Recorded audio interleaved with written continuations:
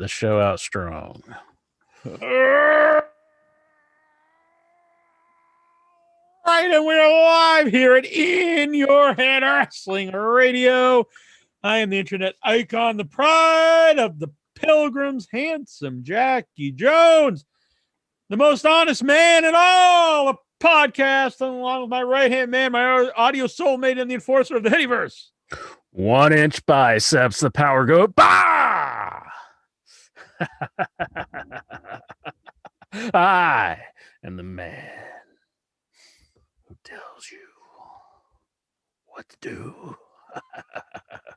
I'm trying to do a Psycho Sid. Was that a Psycho Sid kind of thing? No.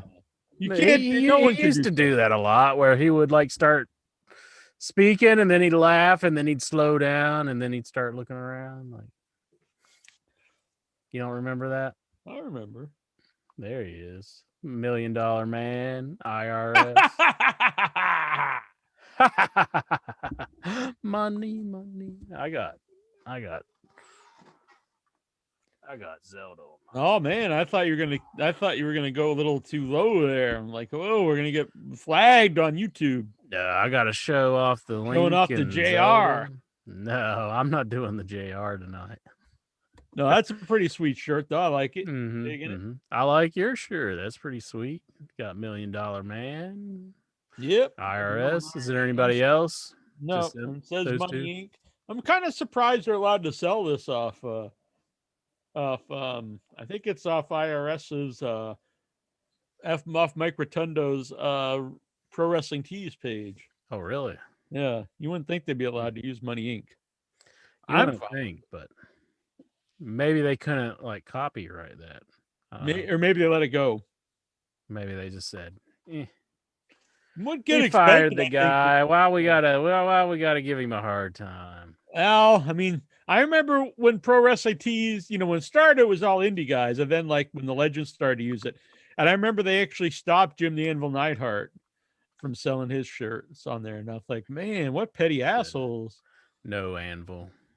No like shirts. His daughter wrestles for him, and he's like, he wasn't doing too well and stuff, and this is some petty shit. But anyway, you get a lot of cool shirts at Pro Wrestling Tees. But I got this in the Pro Wrestling Crate. I'm a big fan. I subscribe every month. It's around $20 plus shipping. You get 2 shirts, you get an autograph, you get a little wrestling figure, and then you get some oddball stuff. It's very fun. I tell you, there's no bigger joy than having something show up to your mailbox that you weren't expecting, and you're like, oh, what could be in here? I open it up, I put the shirts to the side, so open them last, and then I look at all the cool stuff. This theme, every month usually has a theme. This month it was tag teams. So it was like it was an FTR signed 8x10. Yeah. Money Inc. shirt. Young Bucks shirt that I wore last week. Young Bucks. Yeah, because I got it last week. Tinga, was it something Tonga? The one of Haku Sons was one of the Tama Tonga. Yep. And it was one of the, so some tag team was a pin. That was cool too. I forget who that was. And then there was a poster. The poster was cool too. And I don't really have any place to put posters, but it was a dream match poster, and it was the Gorillas of Destiny versus the Faces of Fear. So it would be like them facing their dad, Barbarian, and me. Excellent. So that was pretty fun. It's good times. Yeah. They sent me 2 posters by accident. Oh yeah. Yeah. Oh, well, keep that on the down low. And then you can get the rare stuff the other week the other month I got the limited, because you can get the limited edition pin and the figure, which will be like a variant. And I got the limited edition pin. If I forget who it was, this was a couple months ago. It was like limited to 100. Well, that's pretty cool. Well, Jackie Jones. It's like Christmas every month. You get a package of goodies. Most definitely.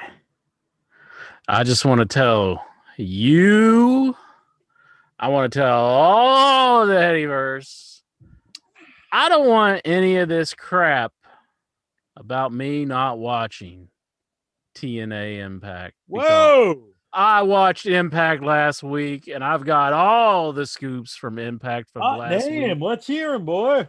Well, basically, you had Johnny Swinger. Well, I was going to get to a Johnny Swinger update. You had Matt Cardona taking on Brian Myers once again to see who was going to be in the finals, to see who will face the new champ, Kenny Omega.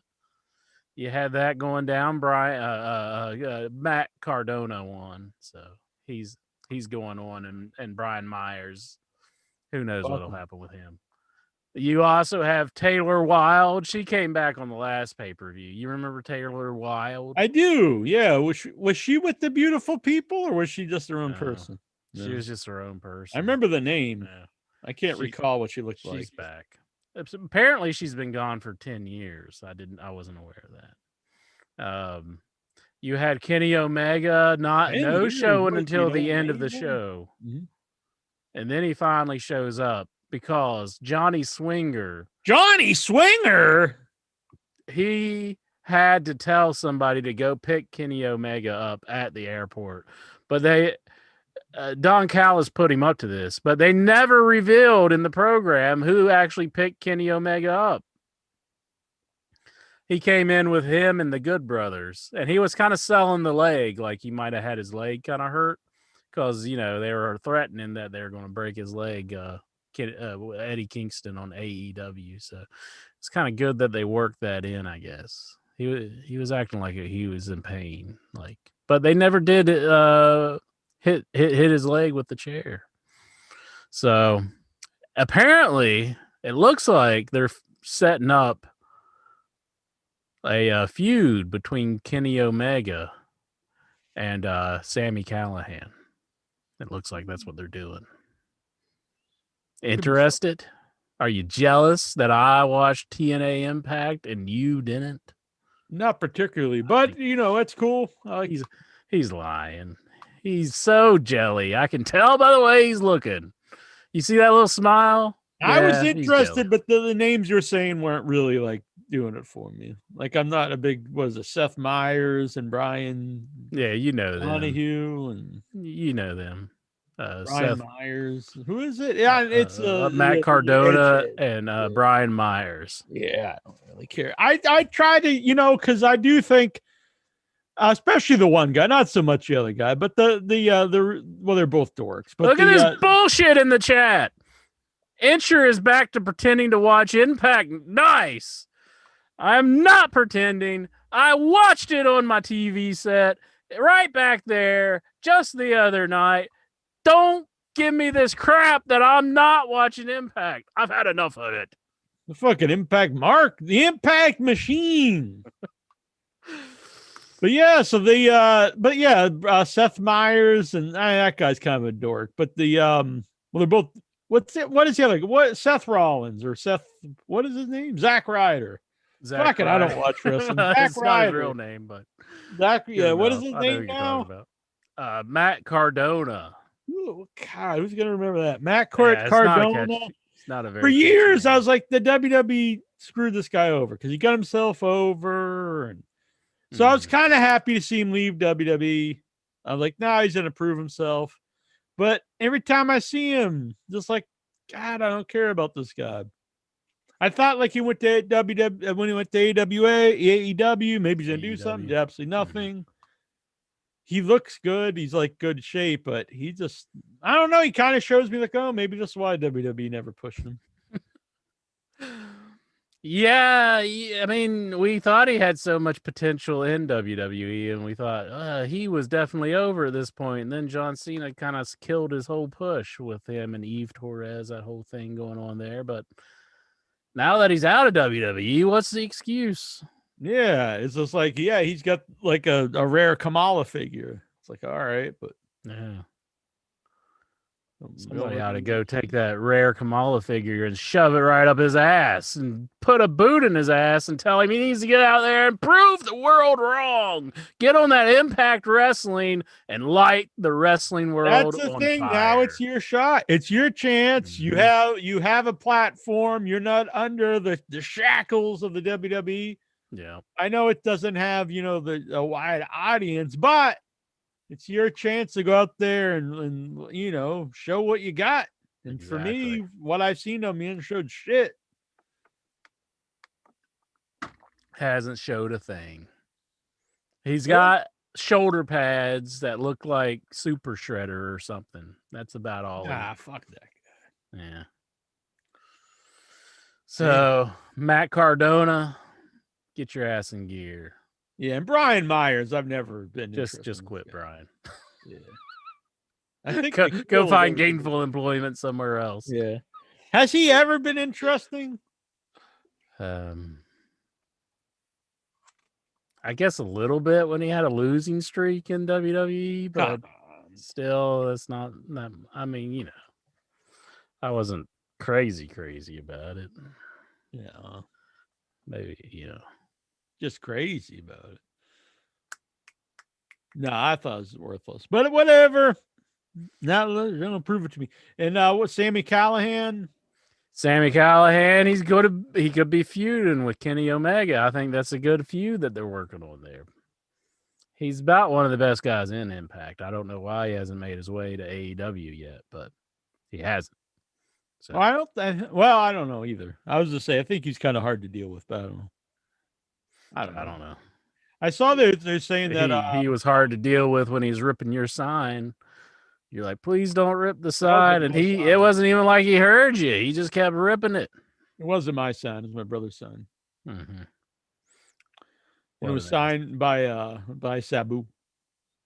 Damn. And Eric Cannon, he was trying to make it up to you. Where's that guy? I like Eric Cannon. He's a good man. Mm-hmm. So you got some legit heel heat with you. You hate Sami Callihan because he. Well, I don't hate him, but he no-showed the show twice. Was he supposed to be on the show twice? Yeah, both times he no-showed. Oh, what an asshole! No excuses. That guy. Yeah. No excuses. No apologies. It's too late to apologize now. It's too late. It's too late. How do you spell Eric? I'm trying to look him up. Eric Cannon. He's spelled with an E or an A. I think it might have been an A. Yeah, that's what I think. I think it's like ARIK. I think. He's a cool guy. I don't know where he's been. What? Mm-hmm. Yeah, I don't know. I don't know what he's doing. I see him on my Facebook. Look.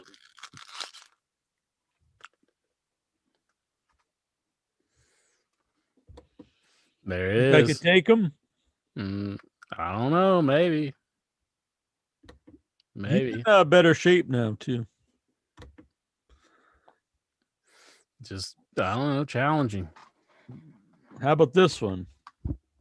Let's see it. He's a lot skinnier than old Sami. He was. He's put on the weight. It's like reversed now. It's like you've lost the weight, and he's put on the weight. Yeah, he found it. But is he all muscled, or is he just kind of a heavy dude? He just looked kind of portly. If you want my honest opinion, he comes out with his jacket on, and it's like he wears that because he's kind of portly, and he's short. That doesn't help him either. I'm sure. I know, Eric. Remember when the Dark Order, when they were beating up everybody, and the one guy was missing by a mile the punches on Dustin. It was like a big hoopla on the internet. This was like last year, early last year, maybe. It was before the pandemic. Uh-huh. And they were beating up everybody. I think it might have been one of the early times when the whole group was together, before the vignettes, and they were beating up like all the Dustin's family, all the Rhodes. And he was like, the one guy was just in the corner punching Dustin, and he was just missing him by honestly like 6 inches. But long story short, that was Eric Cannon. Damn. But yeah, it was a big deal. It was. You think they were just like unbelievable punches? Sorry, you don't get a shot in the company. It might be. I remember, Cornette was losing his shit about it. They were pretty bad, but Cornette, if you gave him anything that AEW, Oh, it could have does, been like, it could have been like the most epic thing, and he probably would have hated it. Yeah. But yeah, so that's cool though. Impact. Anything else standing out in the memory banks? On Impact, let's see. Spank banks. They got some guy from New Japan coming in. I think his name's like E Phantasmo or something like that. El Phantasmo. Is it El Phantasmo? Is he? Do you know him? I've heard that name. Oh, your brother probably knows him because he watches New Japan. Yeah, we were at the mall today, and we went to this little toy store, and they had a bunch of Japanese wrestling figures, and he was like, "Oh, this is Cowabunga with and he fought the Rainmaker, Okada, the Rainmaker." He knows all about him. See, he should come out to that Bob Dylan song, "Hey Mr. Rain," like Okada, if he wants to change it up some. There was when I went to see AEW last time in Boston, when before the pandemic, and I went up there, and when I was up there, going to the arena, I passed a place called the Grain Maker. It was a restaurant they did all like rice bowl stuff. It was the Grain Maker, and I was like, man, if I see Jericho on my way here, I'm going to say, let's go get a picture. It'll be the Pain Maker at the Grain Maker. But it didn't happen. But I thought it was pretty sweet. That would have been a great picture. Mm-hmm. I should have just did it, I guess. Now he's not even using that name. No, he was at the time, though. Do you have like a Jericho cutout you could have had, like put up beside you? I have a tattoo, big back tattoo. You got a tattoo of Chris Jericho on your back? Mm-hmm. What a mark! Jeez. No, I just came up in an interview recently. I have no yesterday. No tattoos, no piercings.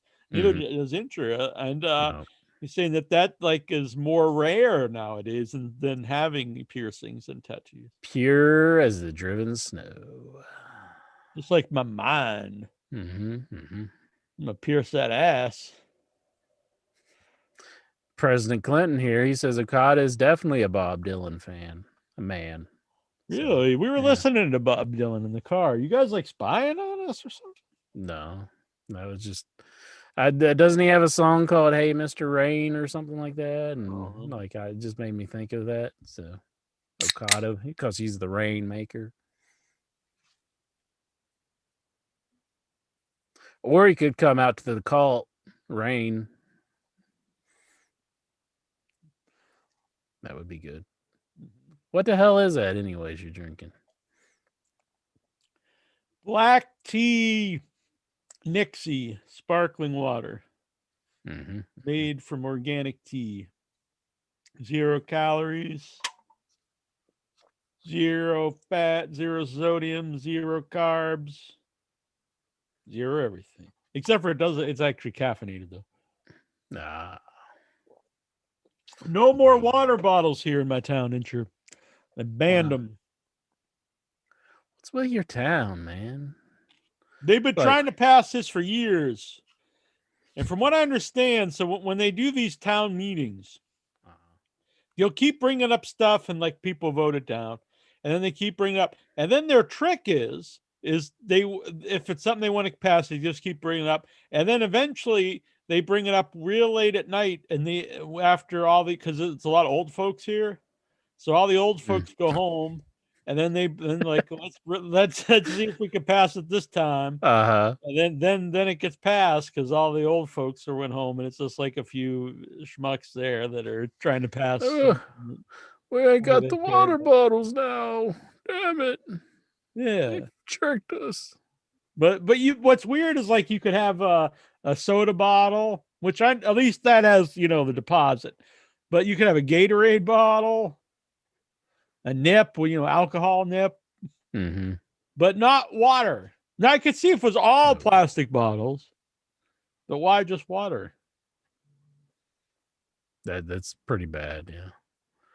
I don't understand it. I mean, maybe because they're used in abundance more so, but still, it's very thin plastic. I mean, will I get arrested if I'm walking around town drinking out of a water bottle? Try it. Water bottle.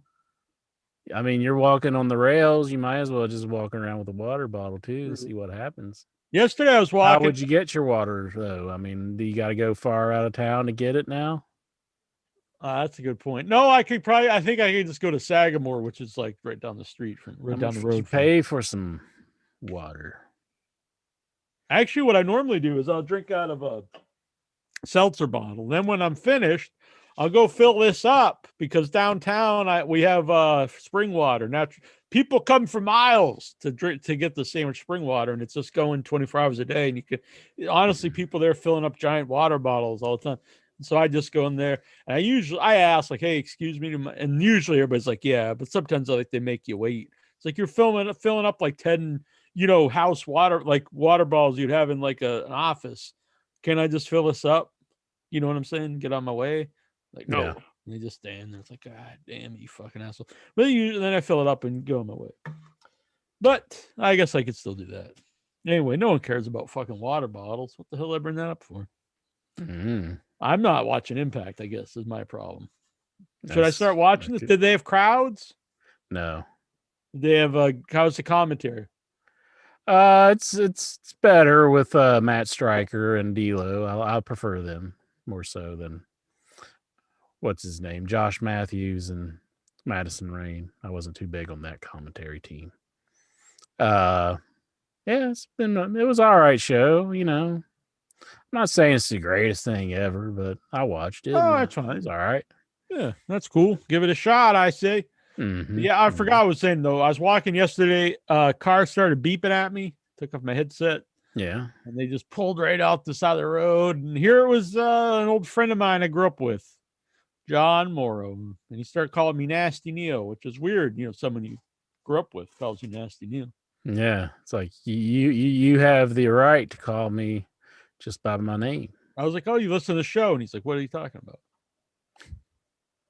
No. So apparently he was calling you that from way back in the day. Yeah, it was cool. It's fun. Mm-hmm. Caught up. Mm-hmm. Excellent. All right. So Impact. You watch any other wrestling? According to Jericho, he says Jericho said this Impact AEW invasion is not worth it.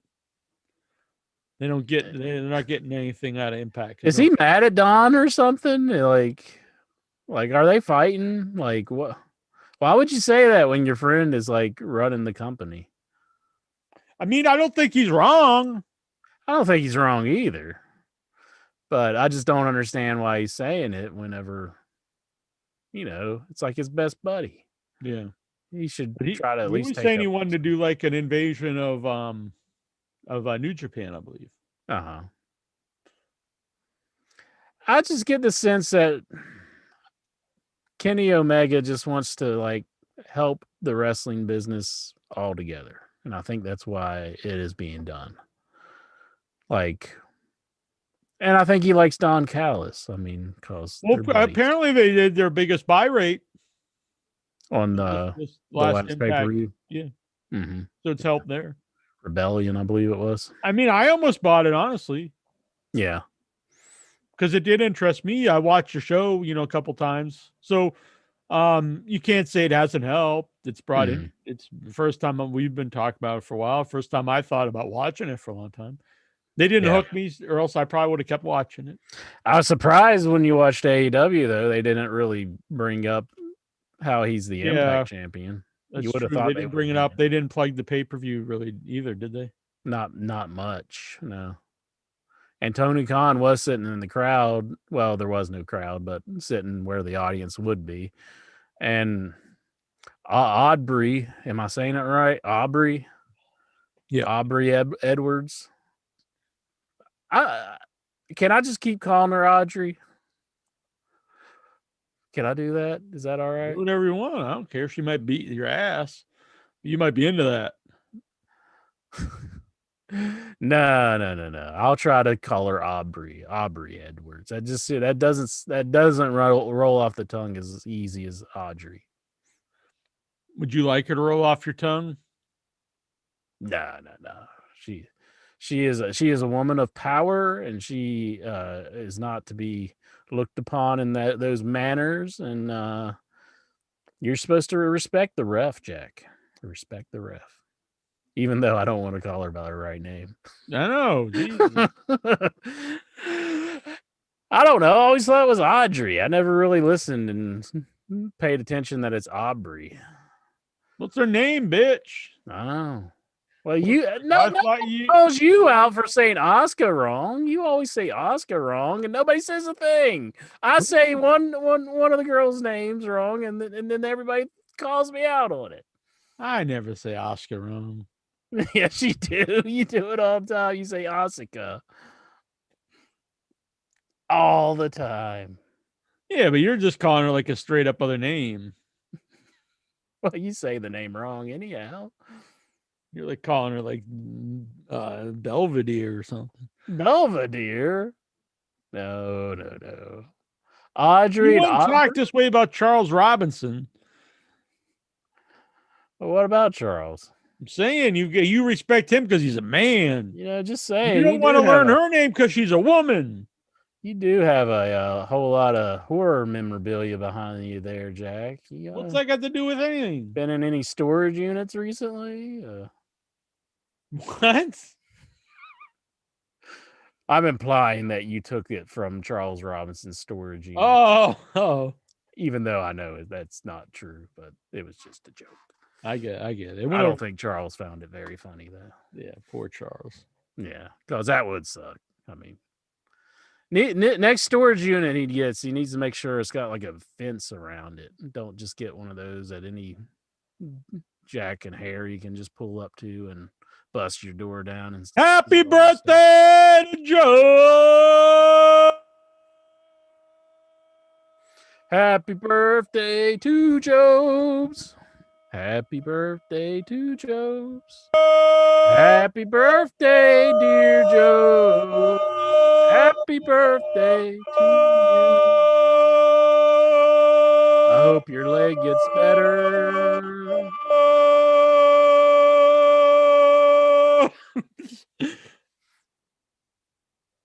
Happy birthday. Sorry if I was going over your lovely singing of happy birthday. It might have got out there somewhere. Who knows? Yeah. But happy birthday, Jobs. He's given us money for his birthday. But thank you, sir. Vic says people like Aubrey Edwards, so it's a big deal. I think Asuka people like. I think people like Asuka as well. Yeah. Not everyone's Jim Cornette. Does Jim Cornette hate Asuka? Yeah. Why? Because she's Japanese and a woman. True. I don't know. Mighty Lexar wants to know, is it true that fans jerk off to Aubrey Edwards? How the hell are we supposed to know? I mean, you'd have to ask everybody individually. I mean, yeah, I'm sure someone does. I'm sure, yeah. John Brown shares a birthday with Orange Cassidy. Oh, yeah? Freshly squeezed. So it's Orange Cassidy's birthday? How old's that guy? He can't be that old. He's probably like, what? Timeless. He's probably in his 20s still, right? Sure. Doesn't look that old. Yeah, and he's got two legs at work, unlike poor Job's. Mm-hmm. One of these days, he'll get back up on his feet. I just know it. He's like the Tiny Tim of the Headyverse. Tiptoe through the tulips. I can't. My voice is shot. I was thinking more of the Charles Dickens Tiny Tim, not not not the ukulele player. It was like Tiny Tim. He's playing the ukulele and singing "Tiptoe Through the Tulips." No, that's not the Tiny Tim I was thinking of. Why didn't Tiny Tim ever play Tiny Tim in a version of that would have been awesome. That would have been sweet. Missed opportunity. Yeah. God bless us, everyone. I heard Orange Cassidy was 37. 37? You take him out in the back and put a bullet in his head. He is done. That is an old man out there doing that wrestling. He needs to stop. I mean, in WWE standards, he shouldn't even be wrestling right now. I know. They love to like tell you people are old, except for the guys that look really old, like Goldberg and Undertaker. Yeah. Her Goldberg was wanting to make a Big E's dream match come true. Oh, really? Goldberg versus Big E. Kind of late for a Goldberg dream match, I think, after he's been beat a few times. Why didn't they? It's like they want to do all this stuff with Goldberg now that he's old, but they had him like in his prime, and they're like, fuck this guy. John Brown says, "God bless us, everyone." It's a Tiny Tim quote there. Not the ukulele player. Well, I bet Tiny Tim could have played a ukulele if given the chance. Jack, was Tiny Tim named after Tiny Tim? I don't know. Don't know that one. He was in a horror movie, Blood Harvest. Blood Harvest. You ever see it? No. How old is it? I don't know, 30 years, maybe. Maybe not that old. Joe says the Pillman Dark Side of the Ring was really great. I have not watched it because I wanted to see the both parts. Right, I did see part one. I think the episode's great. I agree. Yeah. I might be in the minority here, but I think Pillman, to me, I think I like him less after watching it. I think he comes off as not a good person. With things he did, with his family and cheating on his wife and messing up. I want because you didn't see yet, so I won't go into a lot of the details. But I think he comes because I heard Cornette saying how bad his widow comes off, that she's like the villain, but it takes two to do all these things. I think he comes off equally as bad. Yeah. But a very great episode nonetheless. Yeah, I definitely want to see it. I do want to say this too, and I know again, this will be kind of blasphemous to a lot of wrestling fans, but they really put over how genius the loose cannon gimmick was, and I agree it really was ahead of its time. And looking back, it's really cool and stuff. At the time, I don't think it really was that over at all to like the majority of like wrestling fans. It was over to like your smart marks, but they weren't very plentiful in like 96 or whatever this was during that time, it was different times. I mean, people still looked at wrestling like it was the 80s in a sense, almost like kind of, I remember watching it and I didn't even know what he meant when he called Kevin Sullivan Booker Man. I didn't even know what the hell does this mean. I just thought it was kind of dumb. I honestly went over it wasn't over to the crowd or anything. Yeah, because they weren't reacting whenever he said it. Yeah. But all it said, it's a really good episode. I just think people look back at that as bigger to the audience than it was. Because I don't think it got him, more pay, and I think it adds to his legacy, but I don't think it was really over to the crowd. Yeah. I'd agree with that. I just don't think, like you said, there was that many fans in the know back then, Plus, the internet was kind of like just it was getting going. I mean, it really wasn't like you could find anything you wanted like nowadays, The internet then is literally like what some of the older wrestlers want to say it is today. Because now people, the wrestlers still stick to like, you can't cater to like the internet fan because that's like 2% of your audience or something. And those people are stuck in the 90s when it was like this really small percentage. Not everyone's reading like, wrestling websites, but I mean, like the majority of wrestling fans are on the internet. I'd say so. If you get on YouTube and you try to look up anything wrestling, you're going to find like somebody giving commentary about it or something, I mean, it's pretty well known. You got these Dark Side of the Ring shows and just everything like that. It's just very well known nowadays to wrestling fans. I think most wrestling fans are not like dumb to the business, or, they're all smart marks now. A lot of them are. But like back in those days, no. I mean, I wasn't really aware. I would only get like little snidbits here and there of like what happened behind the scenes back then, and like I always was really, I remember watching like Wrestling with Shadows and just being like, oh my god, I was so happy that I came across that show and watched it. I remember trying to record it, and I had like 3 different segments of it on different VHS back in the day, just so I could finally get the whole thing. But just because I could never catch it when it first came on. But it was yeah, you just didn't know things like that back then, for sure. And it's probably hard for people who didn't live during that time to really realize that, because they probably don't know any different. But it really wasn't that well known back then about what happens behind the scenes at wrestling shows and everything. Yeah. Unless you're like subscribing to like the Observer or something back then. Yeah, I mean, I was reading the Observer, maybe not quite at that time. Might have been right before I started reading the Observer. Mm-hmm. But it was it was around the time. I forget what year I started reading the Observer. It was mid to late 90s. Yeah. I think it was right after kind of this stuff.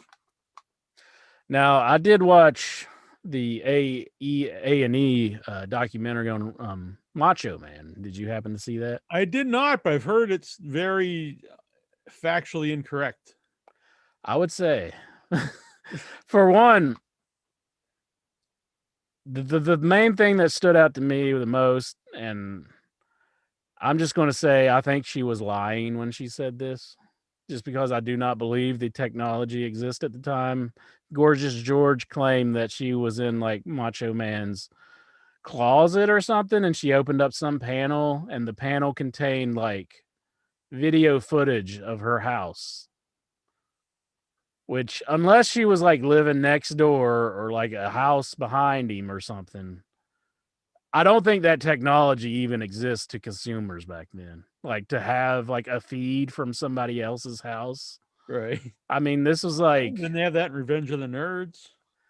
yeah, but I really don't believe it was a technology that was available. Like, if it was, I could be wrong. But she said he had like every single room in her house, like a little camera, like a webcam set up, and he had like he was tapped into it, Yeah. like just watching her. I'm calling bullshit on that. I don't believe that story whatsoever. I think that's just insanity to think. Yeah. Was he paranoid and protective of his women? I would say, well, yeah, he was. I don't think he went that far though. And I'm going to say this. I think Macho Man, although he was very protective of Elizabeth, could you blame him? Oh, in wrestling? Yeah, when you brought her to a wrestling show, could you blame him for being protective of her like that? Because what are the guys trying to do? I mean, I'm sure a lot of them would have liked to got with Elizabeth. True. I would say. I saw Was he wrong to do it? I mean, maybe the way he did it wasn't very like nice. locker But, rooms and stuff. yeah, but still, it's like, how else would you do it? I mean, I saw Mike Johnson was talking about, on his Facebook page, and he was like, I guess they were saying like when he showed up on WCW, Vince was like literally looking for him on that Raw, but he had like left the show, and they even gave him a farewell on Raw, like when he left. mm-hmm. So how would he not known he was gone from the show? They did say that he was that Vince turned on Nitro and he saw it. I believe it was Bruce Pritchard who claimed this. Yeah, well, and look he who's said, saying that. That's got to be like one of the most dishonest guys in any of these shows. Yeah, I would say. I think it was Bruce Mitchell who was given this story. Oh, and they had Bruce Pritchard. Bruce Pritchard. Yeah, I'm sorry, not Bruce Mitchell. My apologies. No, but they had some commentary from some people that you're just like, what the hell? Why is this guy like? They had like Natalia giving like talking about Macho Man, and I was like, why is Natalia on here? Like they must have had some holes that they needed to fill. And they had this one goof I've never seen before, and he was like, he was like describing Macho Man's death as being the most balls to the walls way to go out if you have a heart attack and wreck your Jeep into a tree. And was it Bubba the Love Sponge? Because I Bubba saw the Love Sponge was on it. Yeah, I guess he was on it a lot, is what people were saying. Yeah, I'm wondering if Hulk knew that he was going to be on a documentary with Bubba the Love Sponge, because I'm sure those guys don't like each other. What would Bubba even have to do with Macho Man? Just he provided commentary here and there about a few things, but the main thing I think they needed him for was whenever the Be the Man Hulk album, because I guess he was instrumental in that, with talking to Hulk Hogan on the radio and going back and forth. So he had some details about that part. So I don't know if they should have used him for a lot of the other parts of the documentary, but for that part, I think he was fitting. I'll say that. The one dude though, I found that comment just totally strange, and just they should have cut it from the documentary. I think. Who was another person in there? There's a bunch of strange ones. Peter Rosenberg, like Sar's saying. Peter Rosenberg was in there, and I was like, what does this guy know about Macho Man? You know? I mean, was Lanny Poffo on it? Lanny Poffo was on it, which is totally acceptable. Yeah, yeah. I mean, Lanny's. But it seems like there wasn't a lot of like his like, you know, people that's associated with him that he wrestled. People in his day, his peers. They did have Jake Roberts. Jake Roberts is on there. Ricky the Dragon Steamboat. I loved when Hulk Hogan, they cut to Hulk Hogan about WrestleMania 3, and Hulk goes, I don't think those guys was ever trying to steal the main event and make it into their own. And then they cut to Ricky Dragon. He says, we were out there to steal the show. And it was just like, it's like totally just shot down what Hulk just said, you know? He was trying to make it look like, oh, they were just doing business, you know? But then Ricky just said, yeah, we were straight up trying to steal the show. And then Ricky even started going through some of the spots, like counting down, like, this was spot 1, this was spot 2, this was spot 3, you know, from the WrestleMania 3 match, because they had it all memorized. Yeah. So I know people are against that kind of thing, you know, especially like later on when, like, you know, DDP was famous for laying out the matches. But, you know, like I said, Macho Man did that. To me, it was always if the match worked or not is really what matters. And it is like one of the most memorable matches that ever happened. Considered the best WrestleMania match for a long, long time until like more modern day stuff. So it's like, if it worked, it worked. I would say that would be hard to memorize each and every, like 160 spots. Yeah. Like, or moves that you got to do, like, and they would quiz each other about it and everything. But weird. It was a good documentary, but I did find that's how we lay out in your head. Yeah. Before the show, like, you know, what are we going to do? What do you say in, you know, segment 186? 186. That's when you ask me about a question and I go, why are you asking this? You should have pre-read this. That's that spot. Oh, that's right. I forgot about that. I thought it was when you yell at Al, but you're right. Yeah. Oh well, you gotta memorize these things better. Well, I was out eating. So. Out at the mall. I bought new shoes. Oh yeah? What'd you get? Some sneakers, Skechers for walking for the summertime. These Skechers were made for walking. That's what they're gonna do. They'll do. These Skechers were made for walking, and they'll walk right over you. I bought some new cargo shorts for the summer. Excellent. You're not allowed to use the dressing room, but they had like this little curtain. You just like pulled around. I think it's really put on shirts, but Troy's like, I'll keep guard. So I went back there and took off my pantaloons and tried the shorts on. Vince Rudo here in the chat room. He says, I guess Incher never watched Sliver, which was like that Sharon Stone movie about cameras being all throughout her apartment, I guess. And like the dude was watching it from several miles. Well, if this was available to consumers, that would be Macho like hired some kind of private, you know, guy. Maybe he hired the Asian guy from Revenge of the Nerds to do this. Maybe. He's like, Mach, do you want a hair pie? And he's like, no, brother, I don't need the hair pie. I need Did he trick her to having watch her. sex with him in like a no gravity room? Oh man, good old Revenge of the Nerds. Like I said, Jack bought those rapper shoes with the blood in them. They weren't like $1,000. I mean, Yeah. I wouldn't mind them, but not the blood. Probably thought they look kind of cool. I probably wouldn't. I kind of like real basic black. Did you check to make sure they're adequate for train dodging? They're really. I like for the summer. I like real thin sneakers. My other pairs kind of are getting worn out. So yeah, I don't know. Well, they'd be light on my feet. It was funny though, when I was walking yesterday, I was probably over a mile away from the train tracks. Like they were way off the distance. And I had my headphones on listening to the Salem's Lot, and I could hear the train. And I thought of you. I was like, man, that's like a mile and a half off. I'm not even near the train tracks, way off in the distance with my headphones, and I can hear them going by. One of these days, Jack.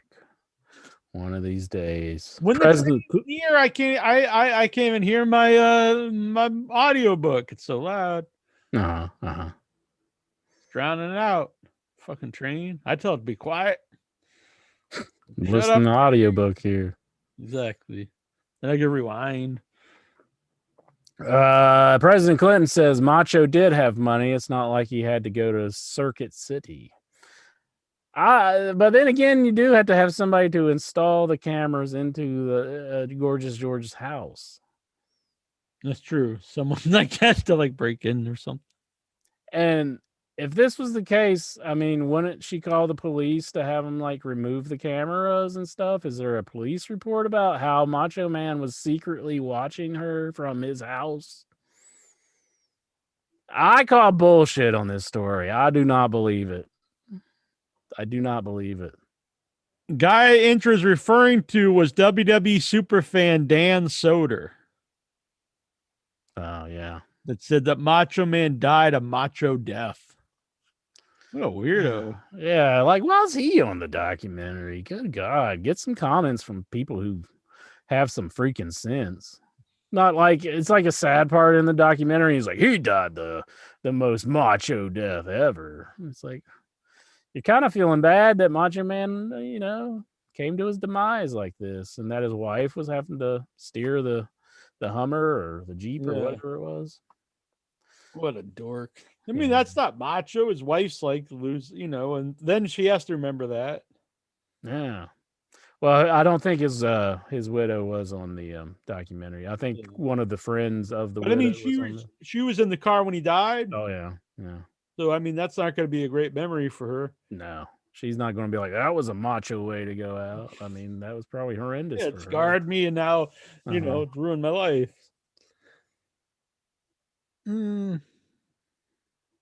Tyler says probably have her drugged and put cams in her house. So he thinks Macho drugged her and put cams.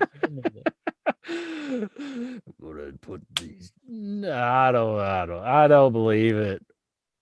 Come on, Hatyverse. You don't have to disagree with me on everything. I think everybody can be with me on this one, right? I mean, he had secret cameras planted into her house. That was a bunch of BS. No way. I don't know if you ever seen them, but I used to have toot strudels up here. And what they were from a friend of mine, Michael Epstein, Sophia Cassiola. They made a movie. And in the movie, they had their brand of toaster strudels, and they were called toot strudels, and they were eggplant flavor and all these silliness. And I had 2 packages. They were real packages with them in. I had them on the bookshelf for the last over a year. The other day, I came down here, and I was like, that looks weird. Here, both packages, the corners were eaten out, and all the contents were gone. Oh my! You got something while I wasn't down here doing the show. Got on my bookcase, nibbled through my toot strudels, and ate the contents out. So no more You can't have anything edible down here. Who the hell knows? I don't know what's going on down here when I'm not down here.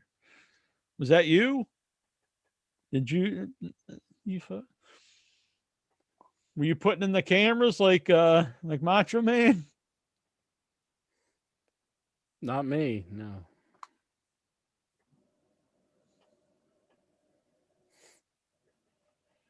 Yeah, it's gone. I still have pickles down here, but I don't think like a little mouse or incher could get into a jar of pickles. All right. Chat room, I see what you're saying. Tyler S. He's saying Chuck Berry put cameras in his restrooms, the women's restrooms, to watch them pee and whatnot. This was a camera which could be placed into the toilet and be recorded, not a camera that was several miles away recording a source from like over. You would have to have like a satellite feed or something for that. Because she said, all right, take me to my house. So she has to go to get a ride to her house. So we're looking at a couple of miles away for her house. Because I highly doubt she had a house right next to Macho Man, unless he bought it for her. I mean, because she was saying when she met him, she was a stripper at the time. So the house had to be far away from Macho Man's premises. I do not believe that he had such technology available to him at the time. Gogo says, I agree with Conrad Thompson. The Macho Man documentary is a hit job. No way that Gorgeous George interview gets on the dock without WWE giving the okay. I don't see why WWE giving the okay why would they have to give the okay for a documentary made by another company? By A&E. Yeah. I don't think they'd have any say in what they put on. No.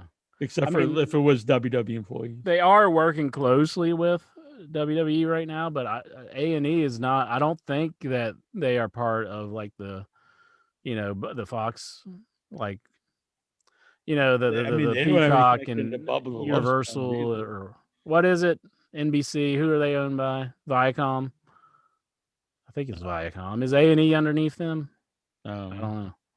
But I don't think they would have to say, yeah, it's no Gorgeous George interview.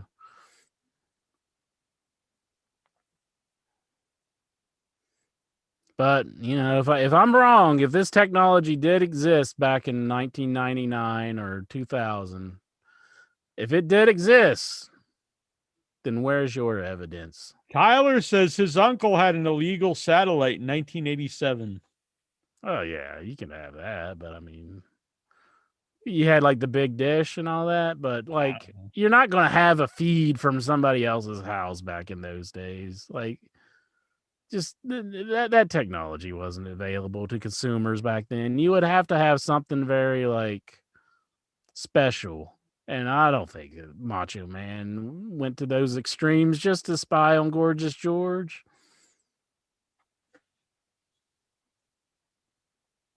They're saying these companies own each other. I still kind of doubt like they're that like that everything they put on this documentary and A&E has to go through WWE. I mean, why would they even have like Bubba the Love Sponge on it or anything?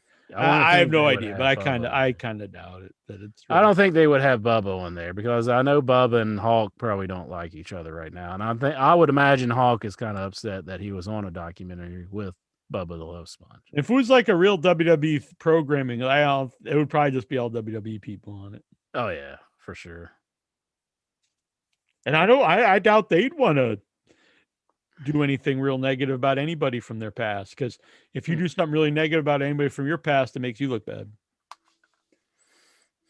And next week, Jack, get ready. It's a big one. Big documentary coming at you, Booker T. Booker T, Jack. I used to really like Booker T, but over the years, I don't know. I used to think, him going like 5-time 5, like all that was part of the gimmick. Yeah. But really, it's just him. He really does think he's like the greatest wrestler of all time. Yeah. So, Jack, are you telling me that it's not going to be good? Fucking ducky bullshit. Ducky quack quack moment? Fuck. I'm not a fan. I used to really like him, but I like Booker, but yeah, I mean, I could see where people would say he's not exactly their cup of tea, but I don't know. Hell, I'll watch it. What the hell do I care? I watched the Liv Morgan documentary. That's true. You're all about it. Oh, it was the best. Is it true that you jacked off to that documentary like Sar said fans jack off to Aubrey Edwards? No. That is 100% false. I have some ducks up here actually. You got maybe they ate your Pop-Tarts. Ducks. I got a Dracula duck. Ah. Count Duckula. Count Duckula, very good. Got a little witch. Ah. And a little werewolf. Uh-oh. There went Phantom. Heck yeah. Caught the Phantom. That was a gift from Tristan Robinson for my birthday. Incher, he gave me shit for my birthday. How'd you like it? That big thing of shit. I talk to him every Tuesday. Oh. I'm kidding you. There we go. No more glare. Want to take some calls, Incher? Certainly. Why is this guy falling down? Watch Phantom's falling you. Phantom is not cooperating. It's kind of glare. I'm trying to get him out of the glare. There we go. Bam. All right. Bring in this bitch. I mean, let's bring in the Headyverse. You can zoom in. iwatchwrestling.com/zoom. Who's zooming who? We're spying on Steven right now. Fucking feeling like the Macho Man here. What are you doing over there, Steven? Yeah. You're not fucking anybody else but the Macho Man. Oh, yeah. What would he do if she was? What? I gotta stop this. Yeah. All right, I'm just posting in the chat here how to zoom in. Mm-hmm. Who's zooming who? What's going on, Stevie? I know you folks. It is I, Stephen from Toronto. I am the tribal chief of In Your Head. I am the head of the table of all you idiots, punks, perverts, and fools. Man, he's getting an attitude here. Oh my gosh. He's wanting us to acknowledge him. I'm also the nicest person in podcasting, too. Acknowledge me. Yes. Acknowledge me as your tribal chief. Yeah. But you may be surprised. You may be shocked. Yeah. But I did not come this week to bury World Wrestling Entertainment, but to praise it. Ooh, I thought you didn't come this week. Well, that too. But I didn't come this week to bury WWE. I came to praise it. Really? For giving us, the fans, one of the greatest, best pandemic era main events. Friday Night SmackDown. Roman Reigns versus Daniel Bryan. It was a very good match. Yes, indeed. I really enjoyed it. I really did Build up was pretty perfect. Did you watch it, Jack? You still being a big old bitch saying I can't watch these no fan wrestling I didn't watch your shit. Was it good? Yes. Yeah, it was good. SmackDown. And do you know why it was good? Because they actually had psychology. They actually had logic in the match, which is missing from a lot of professional wrestling these days. Who was in this match? Daniel Bryan and Roman Reigns. Oh, yeah, I wasn't paying attention.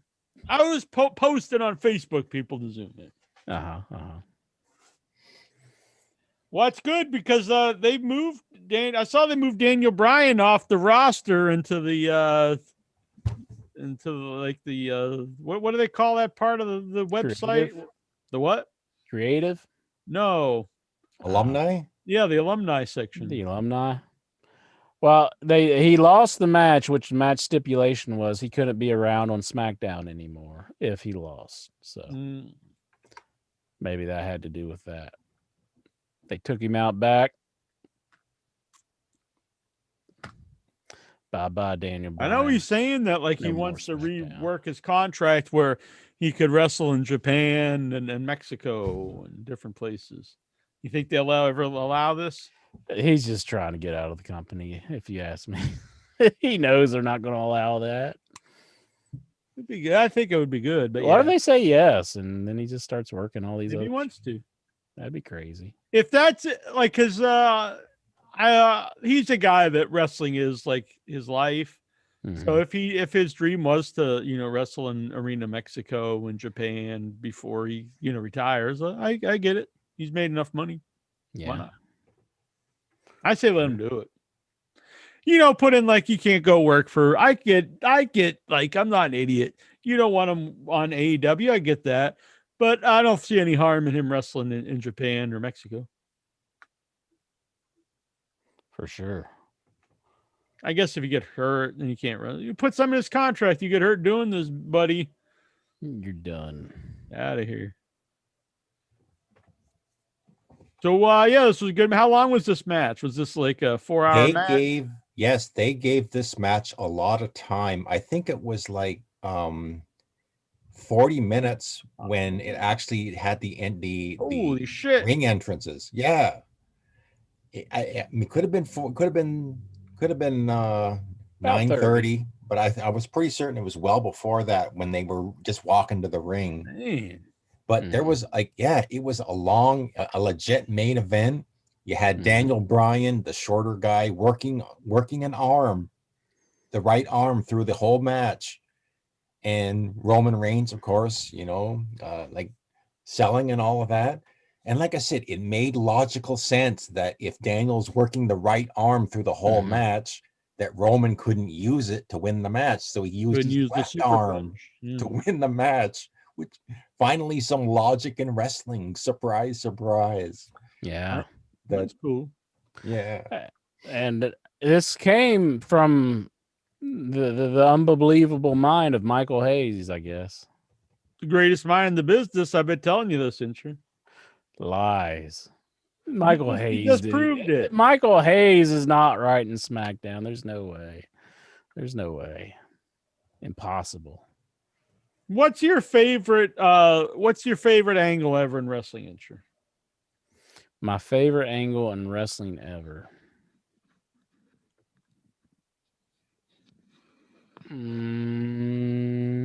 Probably the NWO. Let me look this up. Who created the NWO? It wasn't Michael Hayes.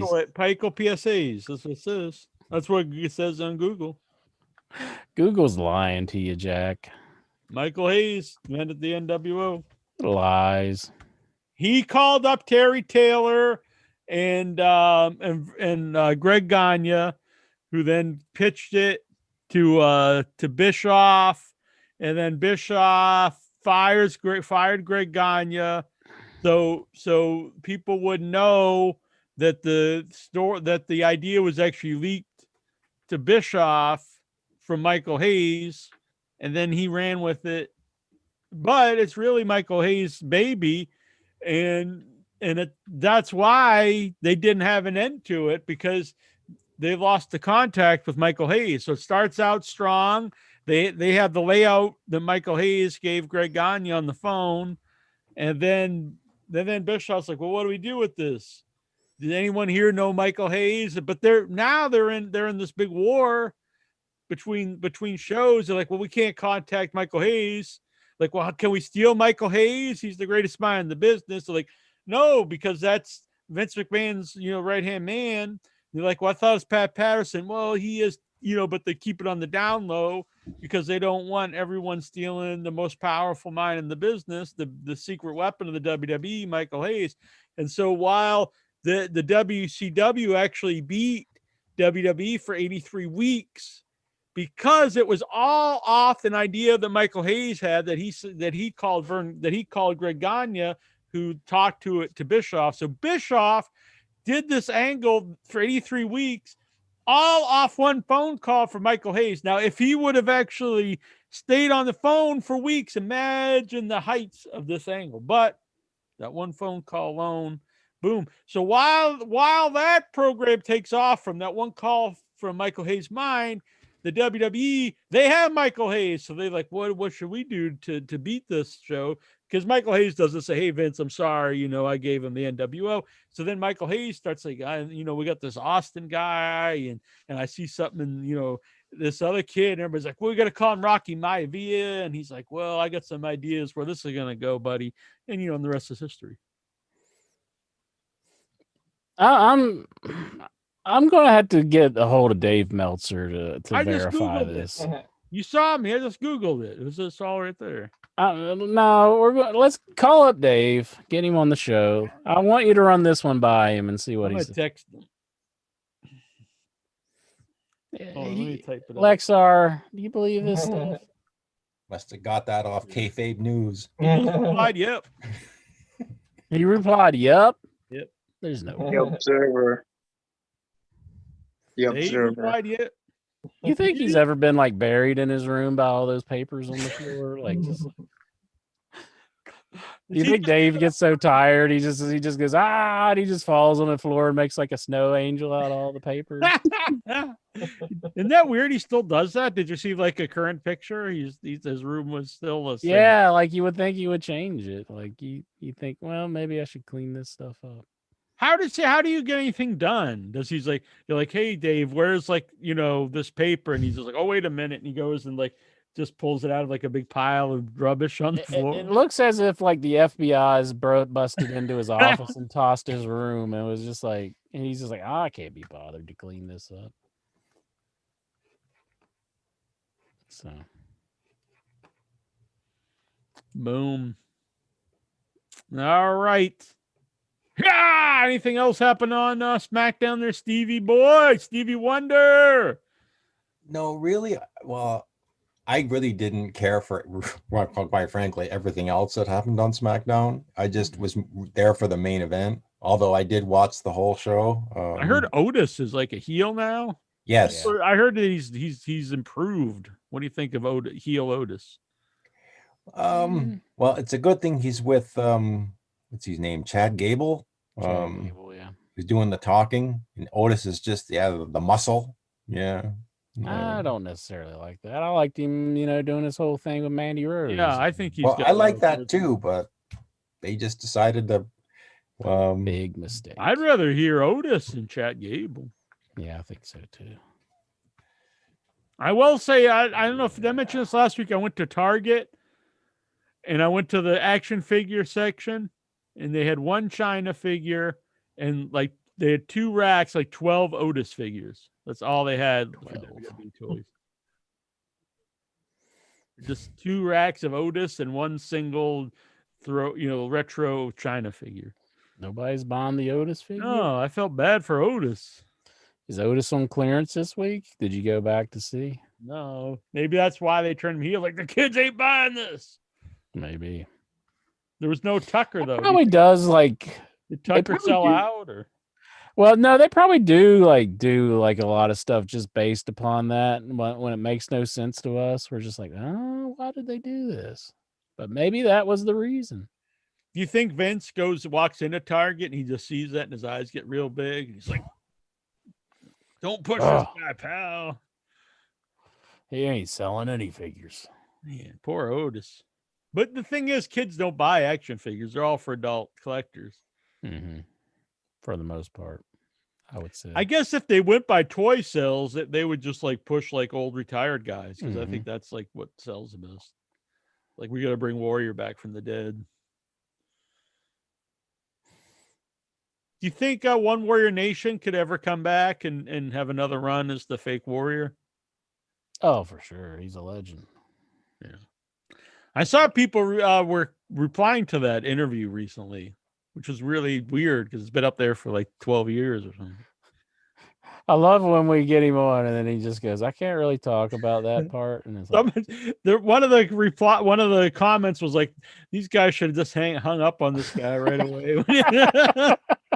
But he's like, I can't talk about that. It's like, I was like, yeah, that's exactly what I thought afterwards.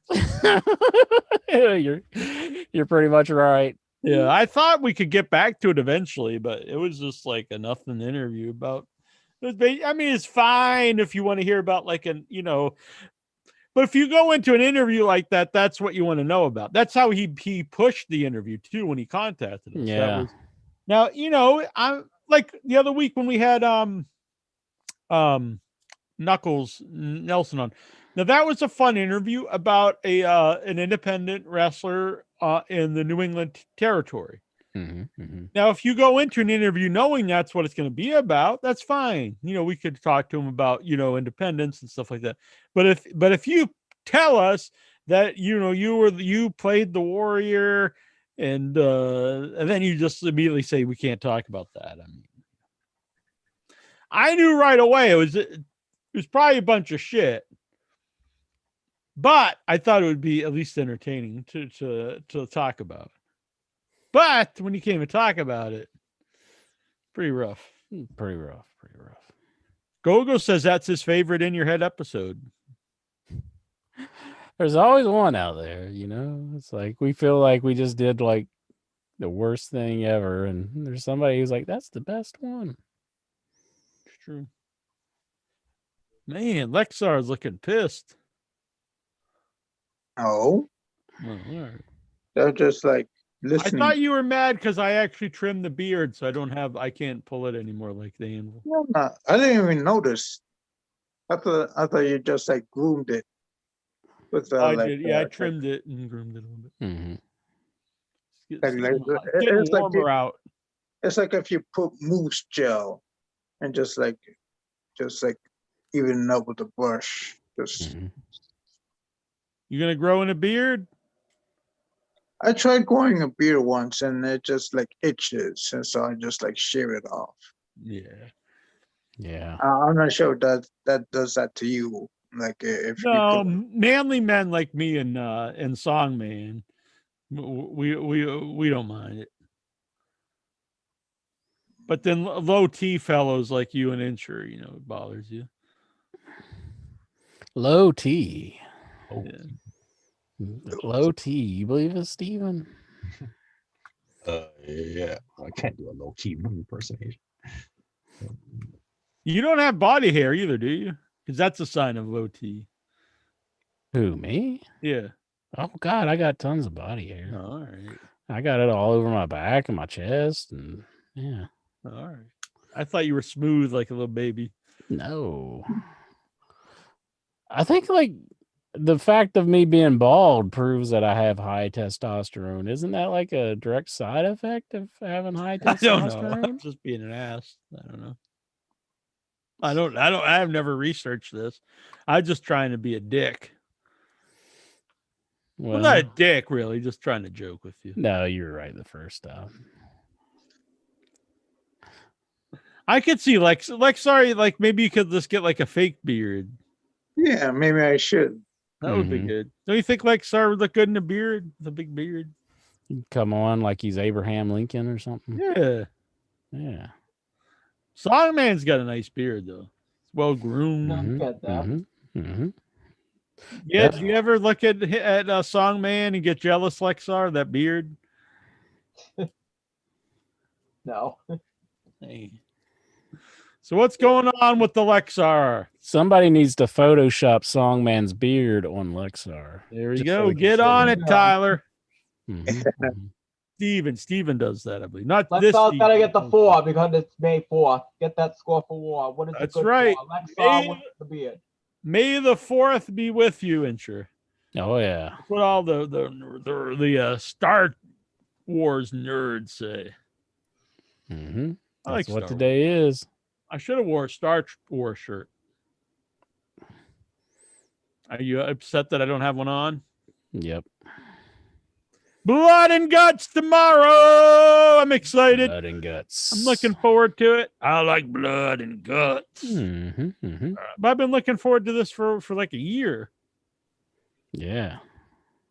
I was offered to be flown out to it, but I didn't want to go out until I'm vaccinated. Got to be fully vaccinated. Can you get on a plane if you haven't been fully vaccinated? Yeah. I guess you can. I thought they were going to put like a mandate on that, like you can't get We're on a talking plane. about it. Yeah. So I just personally would rather wait. I hear you. Play it safe. Play it safe. How about so? What's going on, Lexar? What were you looking forward to? Blood and Guts? Yeah, that Blood and Guts event was supposed to be our event before COVID like stopped everything. Yep. It was it was originally supposed to be the Elite against the Inner Circle, and with no storyline whatsoever going into it. Well, I don't know about that. I guess it's just like it's. I guess it's. There was a storyline. I was watching it. I guess it's Wrestling Heaven's plan. They canceled it because there's no build and there's no storyline to it.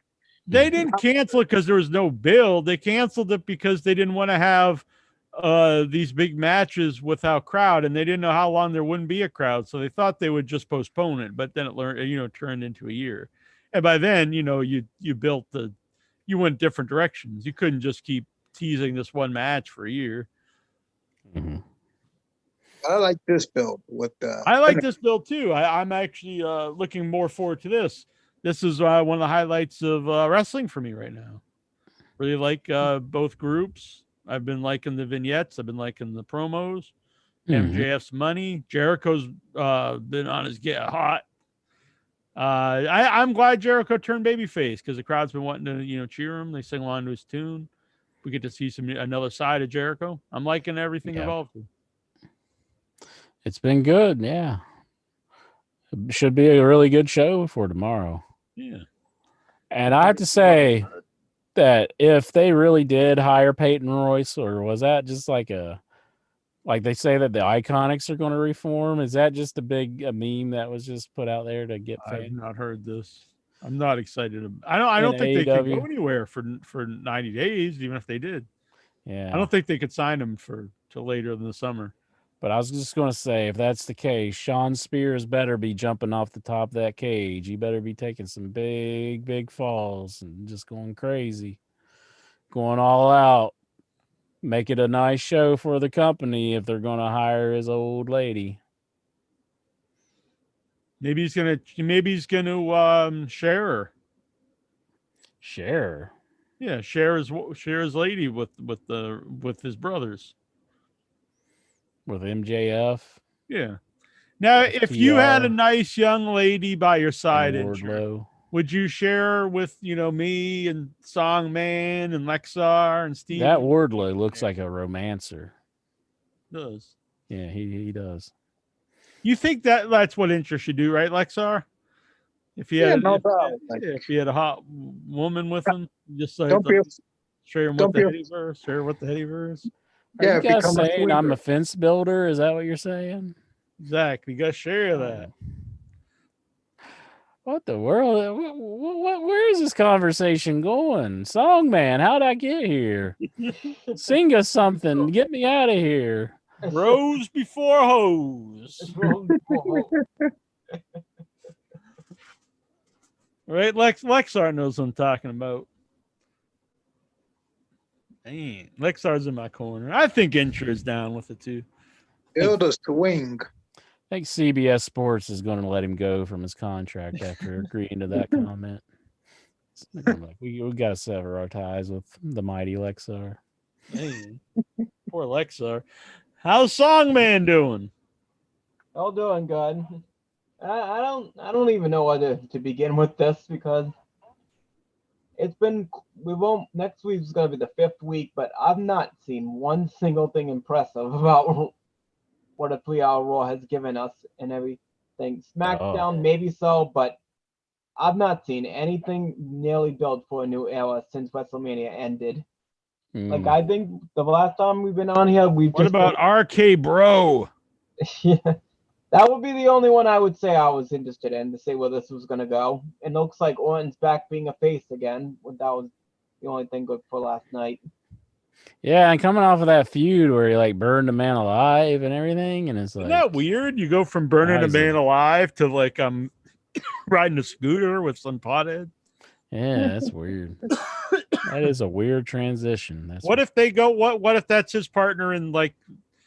Because was there really a blow off? What if it's team? What if it's RK Bro versus the Fiend and Alexa? That would be a hell of a match. It doesn't sound very good. No. Jeez. Like they could burn up his pot farm.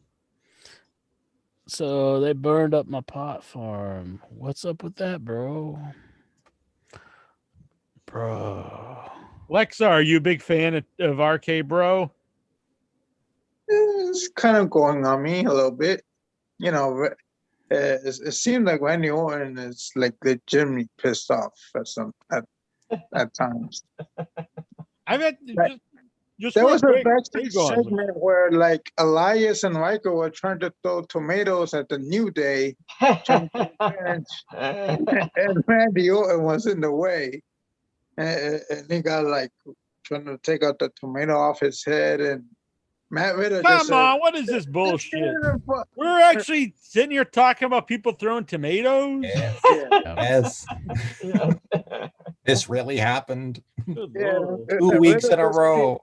Yeah, Riddle just skated in front No of him. wonder It's like, interest hey, bro. watching Dynamite and Impact. Mhm. Impact, baby. Ring of Well, Honor. this is more entertaining than seeing Nia Jax's trip. Maybe. Yeah. That's her gimmick now, I guess, is that she's tripping.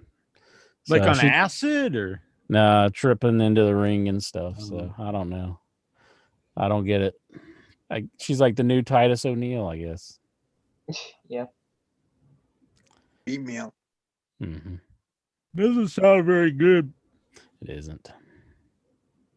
At least Roman Reigns got brand new theme music. So after about 5-6 years, whatever it was. Yeah, he does have a new tune that he comes out to. So How's the tune? Are you loving it? I kind of miss the old one right now, but it might grow on to me. You digging it, Lexar? Lexar gave it a thumbs up.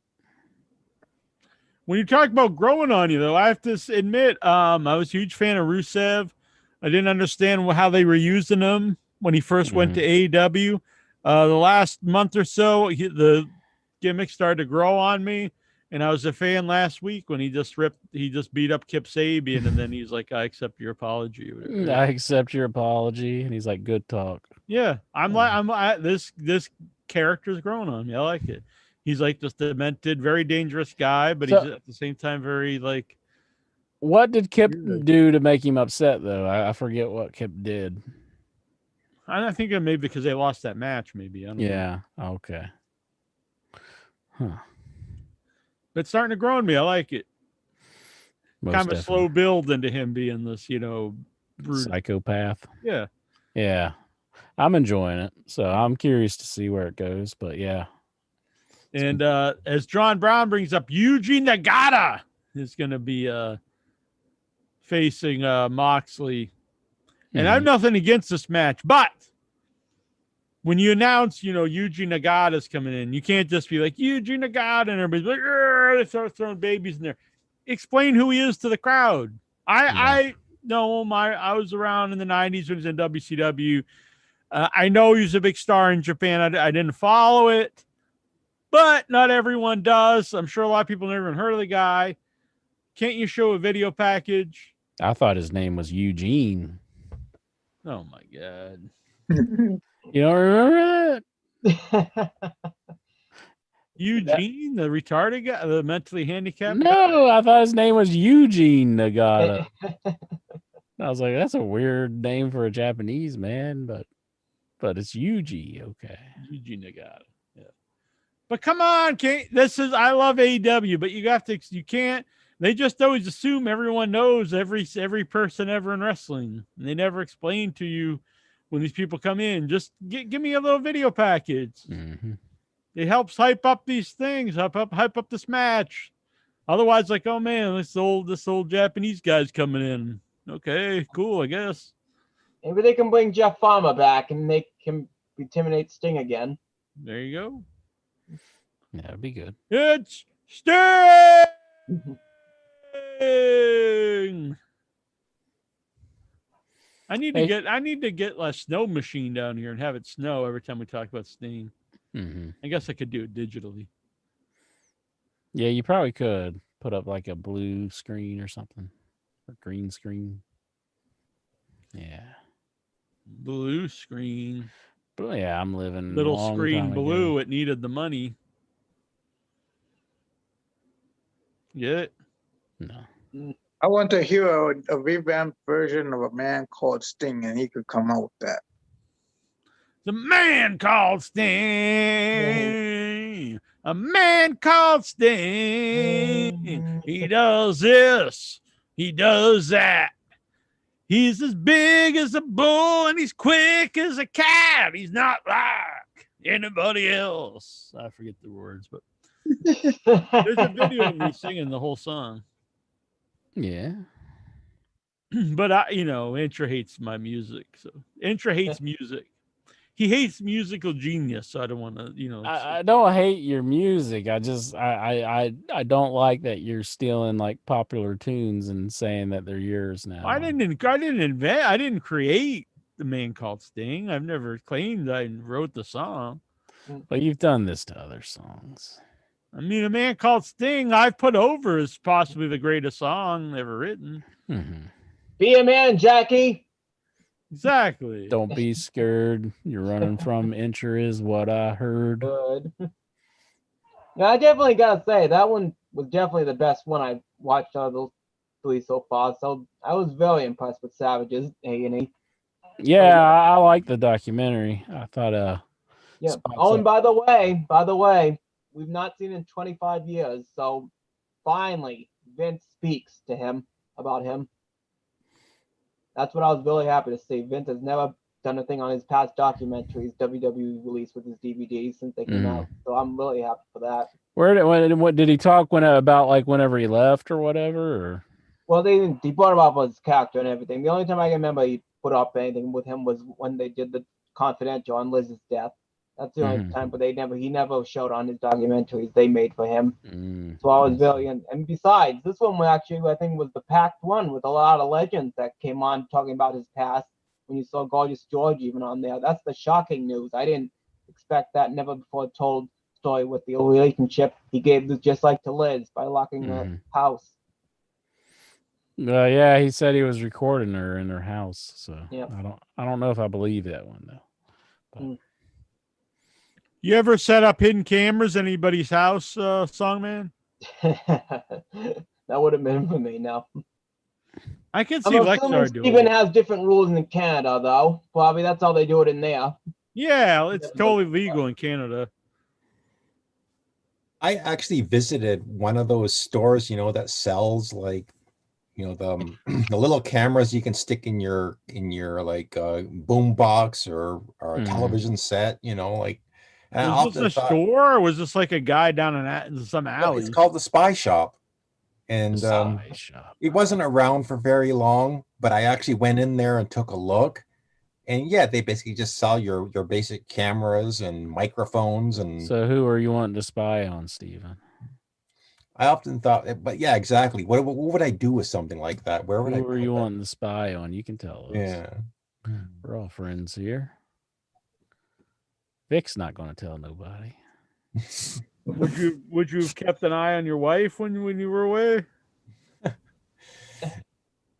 Oh no, she actually phones. Oh, okay.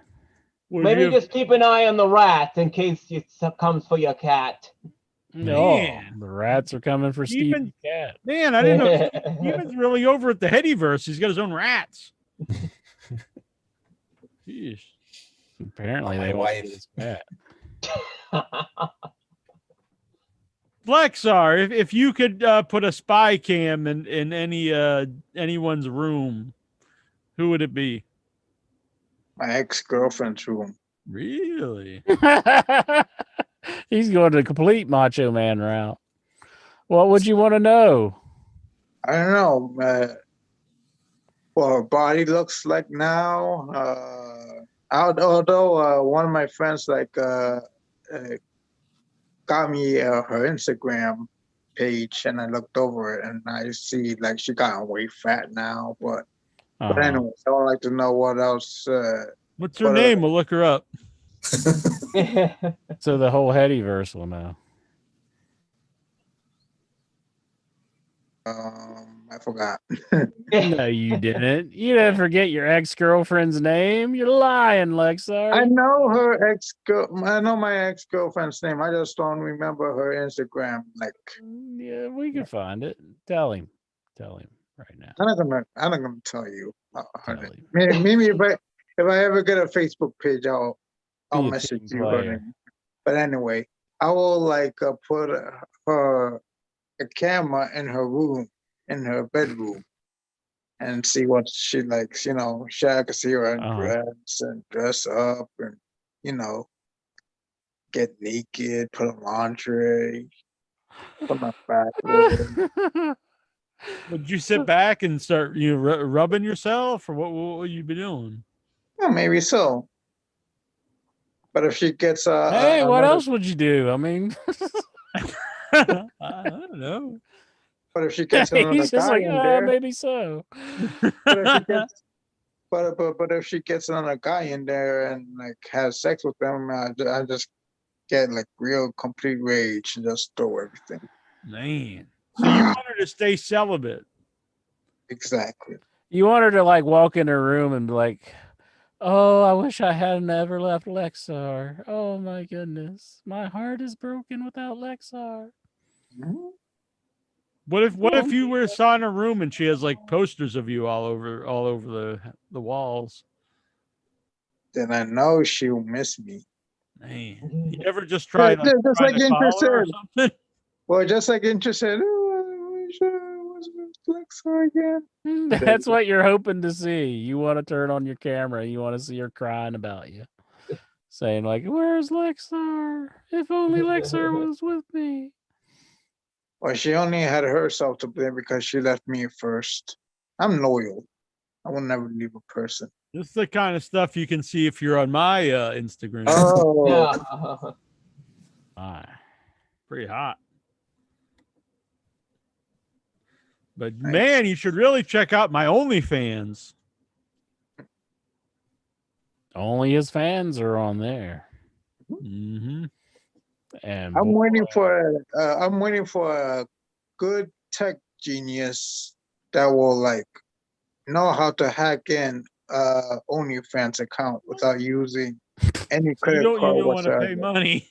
No. So Lexar wants the content. He doesn't want to pay for it though. Exactly. I see. I'm sure Intra knows all about that. He's been hacking into mine. He probably owes me some money here.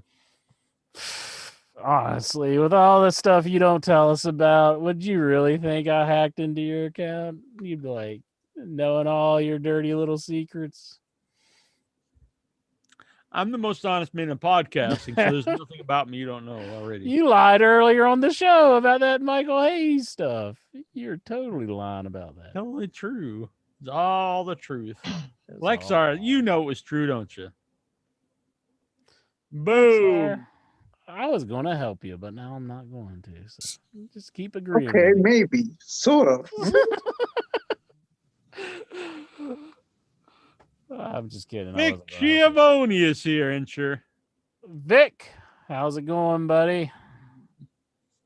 Bringing the free breadsticks and salad. That's right. What?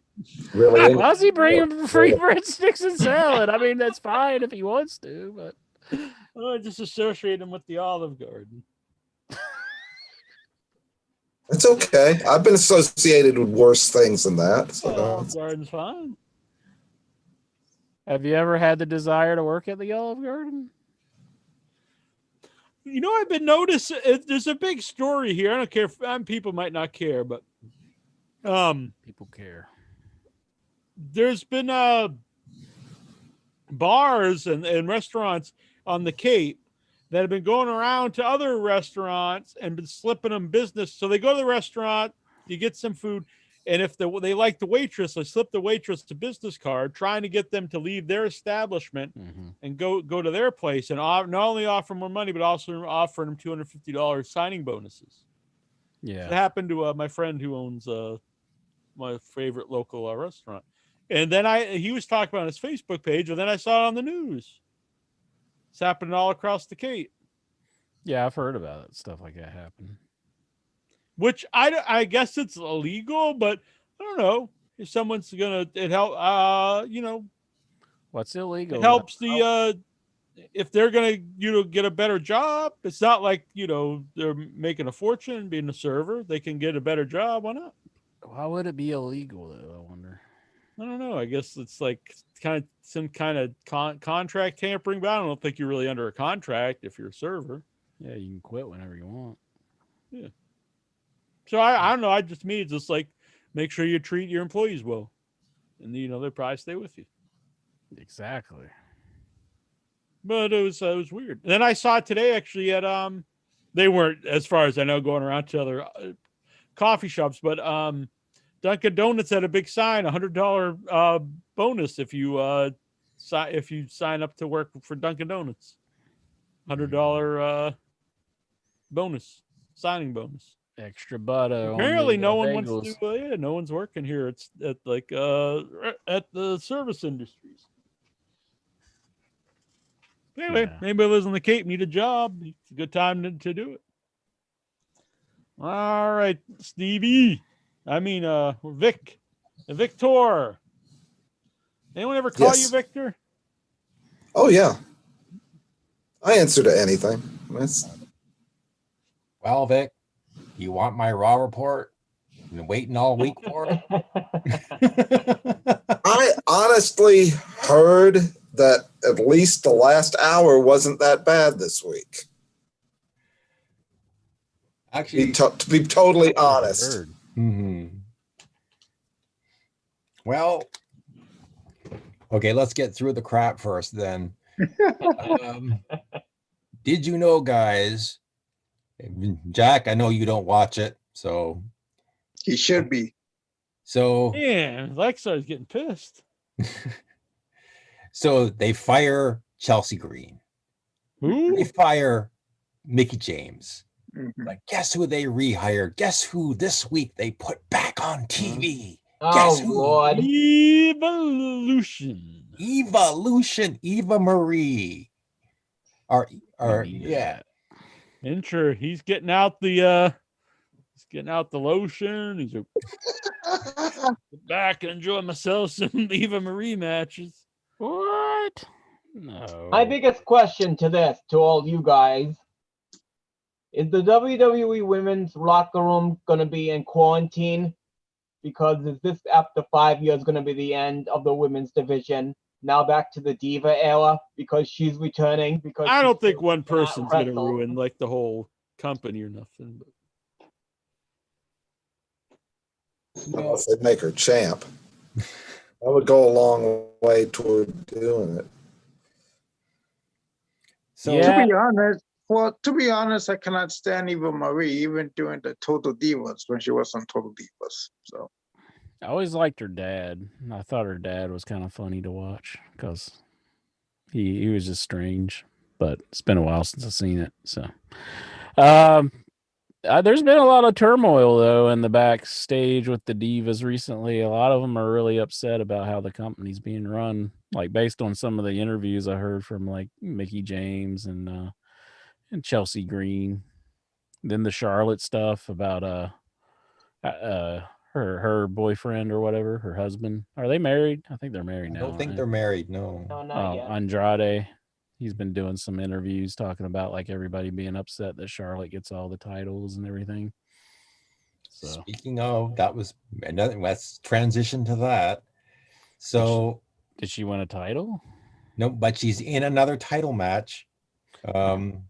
Another triple threat. Yeah.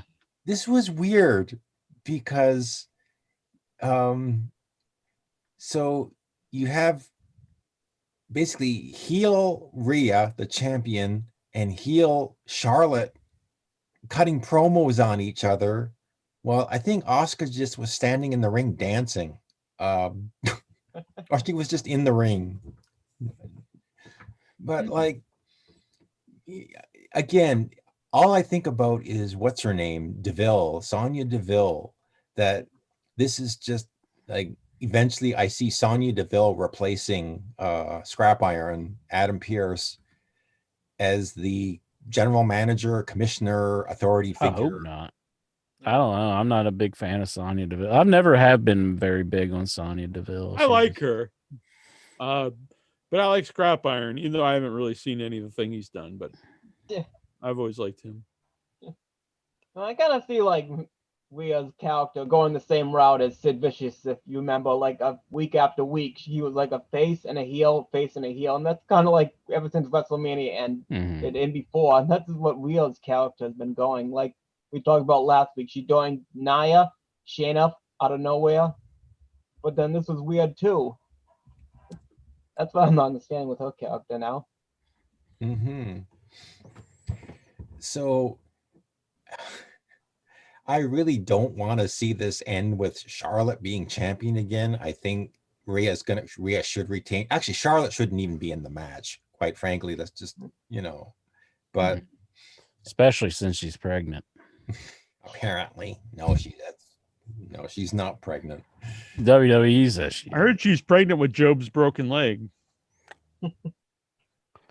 Job's broken leg gets around. Go on, Steven. And Jack, how you said that the best thing about Raw was the Hurt Business. Well, this week it officially the last remnants of the Hurt Business died this week when Cedric and Shelton went their separate ways. What? They lost to the Lucha House Party. Oh my God! Cedric got so upset that he bad. Called it quits on Shelton, and Shelton. I think this is down as one of the biggest wasted up. They wasted it. Yes, and they just ended it for no reason, for no benefit to anybody. Probably end up with both those guys like out of a job, or at least not even being on TV. Hopefully, I don't know. It's just bad that they're going this direction with them, but I feel bad for them. I know that you said that they were asking Vince not to break them up whenever they Vince was. Yeah, I mean, what is the benefit of there? I don't see any benefit of breaking the team. No, zero. They were all more over together, all more interesting together. Yeah. Angle actually was working. It was the first time that they really got Lashley over as a big time heel or a big like a top guy in the company. Yeah, the whole unit together was working. If Vince would have been around during WCW in 1980s, he would have split up the Four Horsemen. So probably. They're not his pushed any team's of them. just too damn successful. Let's break them up. Yeah. Oh, they got over on their own, so break them up. Yeah. Oh, and by the way, we're already in May, and we haven't seen in a whole April a debut so far. We have not even seen we only saw 2, but we talked about it briefly with Roderick Strong leaving. I don't know what's up with him. I don't know what else is going to be coming up to the roster. This is way too late once again. I almost feel bad for NXT people when they come up because normally they just get squashed. But exactly. Well, we saw Rhea Ripley. She came up. Yeah. But it's been the only big notable person I can think of so far. So. And we did get 2 people off the milk cartons this week as AJ Styles and Omos returned to Monday Night Raw. I thought WWE.com on their Facebook they put out a thing like who's your dream opponent for Omos? And I was like, who the hell would have a dream match for Omos? if your dream match includes Omos, kind of worried about you. The great Khali. Is that your legit dream match, Lexar? You sit up at night dreaming like only if I could see the great Khali versus Omos. That'd be good, yeah. So what did they do, Steven? Well, they beat the New Day in a title match, kept the belts, but I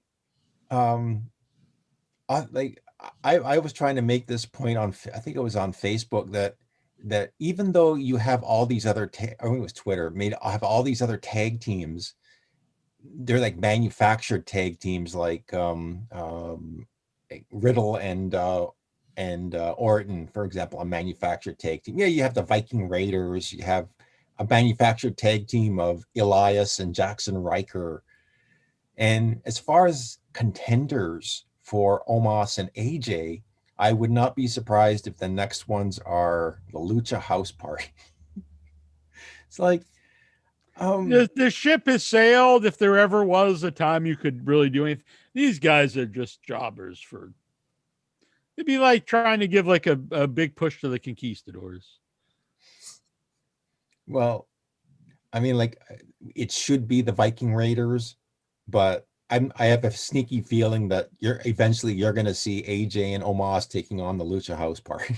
That's just, I don't know. Do you think I know they haven't been there that long, but I almost think the Viking Raiders, like, it's almost too late for them.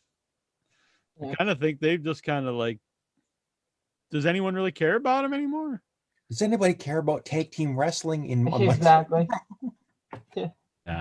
New Day. That's the main question. Like, New Day is like at the same level as Charlotte because they're gonna be the next and next and next to get this gold after winning the record from the Dudleys. So this gonna. I'm fine with that. They have to be next every time. Mm-hmm. I'm fine with that, but you got to build up some other teams too, so you keep it interesting. You have, it's people are like, you got to push tag teams, but then they get upset if you do push like one team for a while. But the idea you should push more than one team. Well, the only tag team that's alive, I would say right now, is the Young Bucks that I always see in AEW. Yeah, AEW I think does a good job with the teams. I mean, there's teams there I get excited about. But I just think WWE, honestly, their whole existence, there's been times like there's been cool teams, but for the most part, they don't really push tag teams. It's a big deal throughout their whole existence. For the most part, there's like a couple times, like the TLC matches, but it still wasn't main event thing or anything. Well, actually, since we're talking about that, did you guys catch the main event tonight? With Nope. Chelsea Blackhawk and Ember Moon for the street fight. That was a really good match. Both coming out as Freddy Krueger and Jason for a street fight match. I was kind of impressed with that. And we have new tag team champions for the women. Oh man, that's cool. Had to check that one out. Now, who won the belts? Again, it's what's her name? Her partner. Kansas and the other girl. Yeah. I know her face, but I don't know her name right off the top of my head. The one that's been getting with Dexter Loomis. She's trying to like Raquel. Is that her name? Raquel Gonzalez? No, that's Travis Sandow says he wants to see Jackie Jones and Incher run for president and vice president in 2024.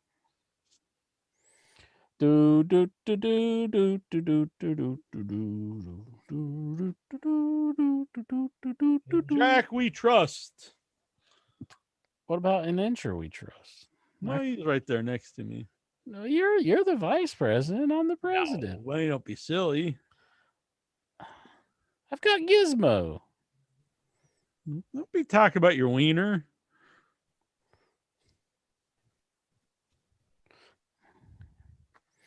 There's tons of political figures. Don't get it wet, Incher.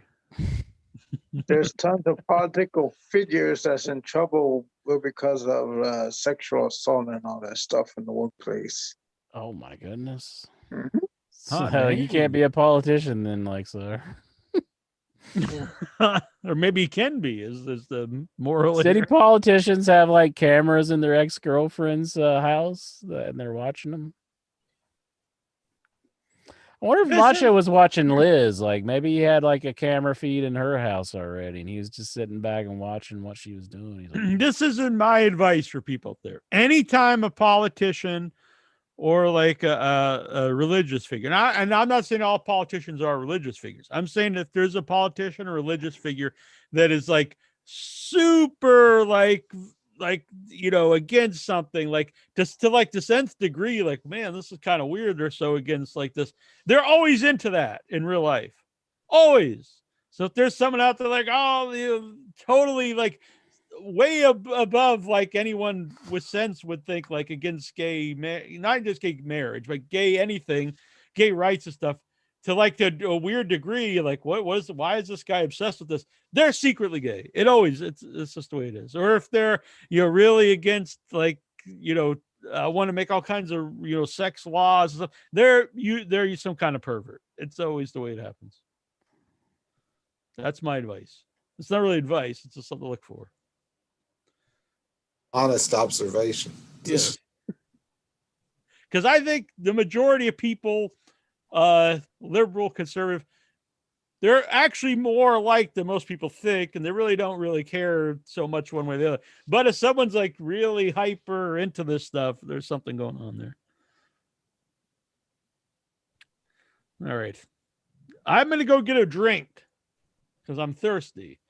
So can you talk amongst yourselves? what happened to keep your the show going? What happened to your what? Drank all this, and I drank all this, and I You're drank gonna all need this. You're going to the restroom. I gotta drink. He's going to the restroom. Don't let him lie to you. Fucking tea right in this, right here on the show. Ew, who wants that? Exactly. So I'm gonna go get something to drink. I'll be right back. Incher, Yeah. your turn here to take the show over. Guide Taking it the over? ship. Be the captain we know you can be. Okay. And I'll be right back. All righty. I'll do something. Let's see. So, any of you guys watch Impact?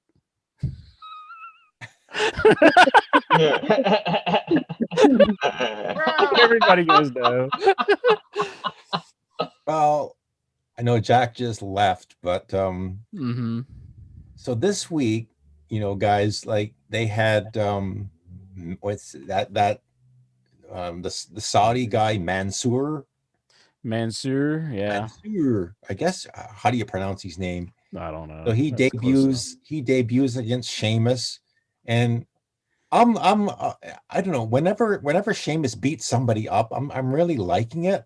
Mhm. Like for about the third week in a row he's beaten up Humberto Carrillo. But they always put Mansoor over like really hard whenever he's over in Saudi Arabia. But now, like he's in the States, they're just beating his ass. Like, Yes, actually, Sheamus did a good job beating both of them at the same time, which oh my was goodness, 2 people at the same time.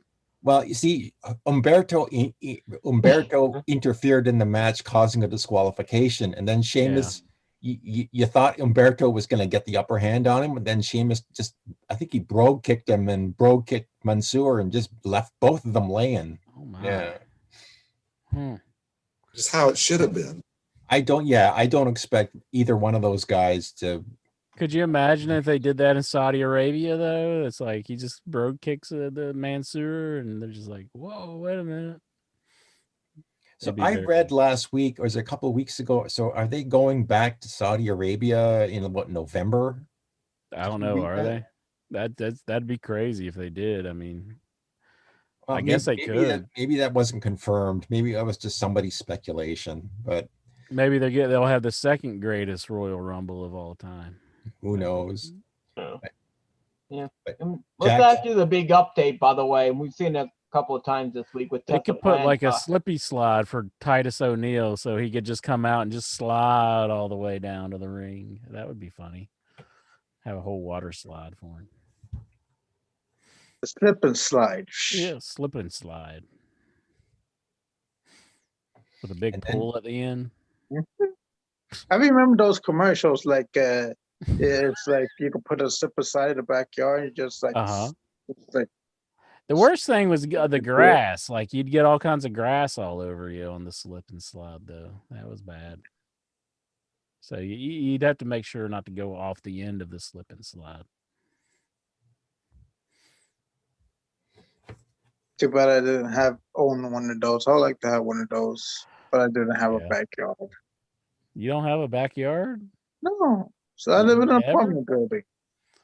You couldn't just set it up out back and just say, "Hey, this is my slip and slide. I'm going to use it here for a little bit." Backyard's not that big either. It's just like a small cube. Dang. Jack, did you ever have a slip and slide when you were a kid? No, not me personally, but I've used other people's slip and slides. Yeah, that's how I used other people's slip and slide. Did you always get the grass all over you whenever you're using the slip and slide? No, I don't think so. What were we doing wrong then?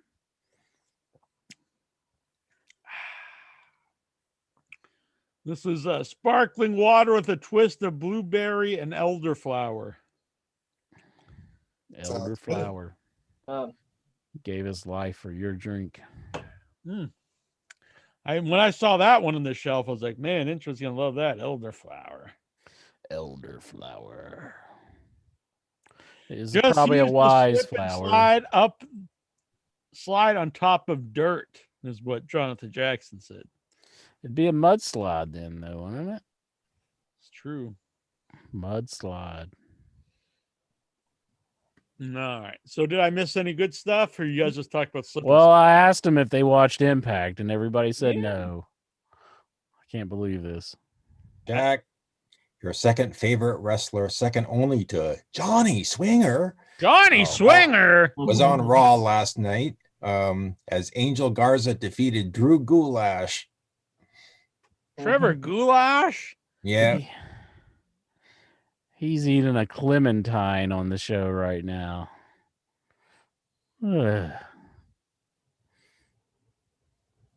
Trevor Gulak. What about him, Steven?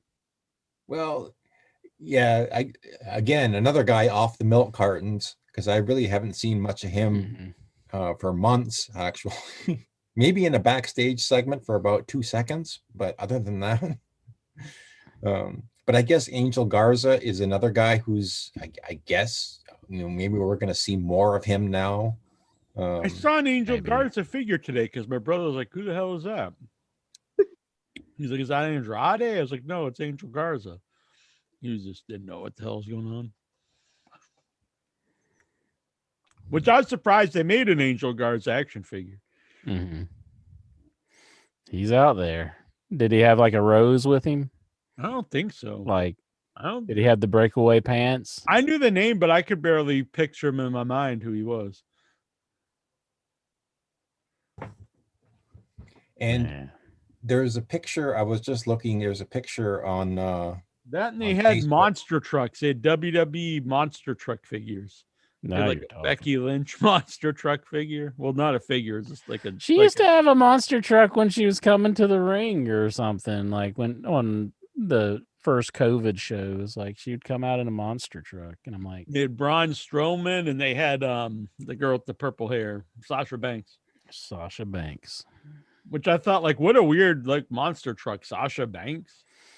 The Sasha Banks monster truck is gonna run over yours. So I'm sorry I interrupted you, Steven. But I guess we're going to get another return in the next, I don't know, a couple of weeks or who knows how long. But apparently Jinder Mahal is coming back. You know what? He was a guy that I thought, they pushed to the top way too, just out of the blue. But I thought he started to really improve near the end when they really kind of stopped pushing him. And then I thought he got kind of a raw deal.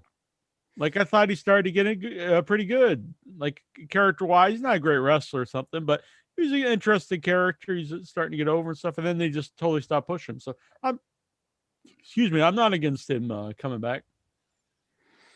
Yeah, the modern-day Maharaja.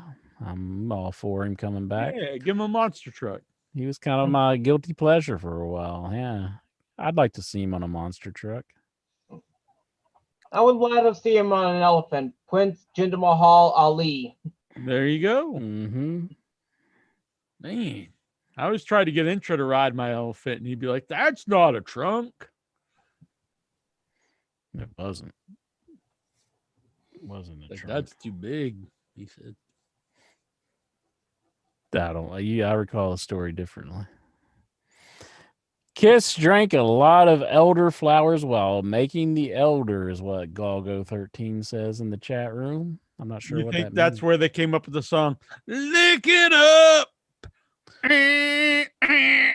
Oh, go on and lick it up. Oh, go on and lick it up. How do That's they a good scream tune. like that? Huh? That was pretty good.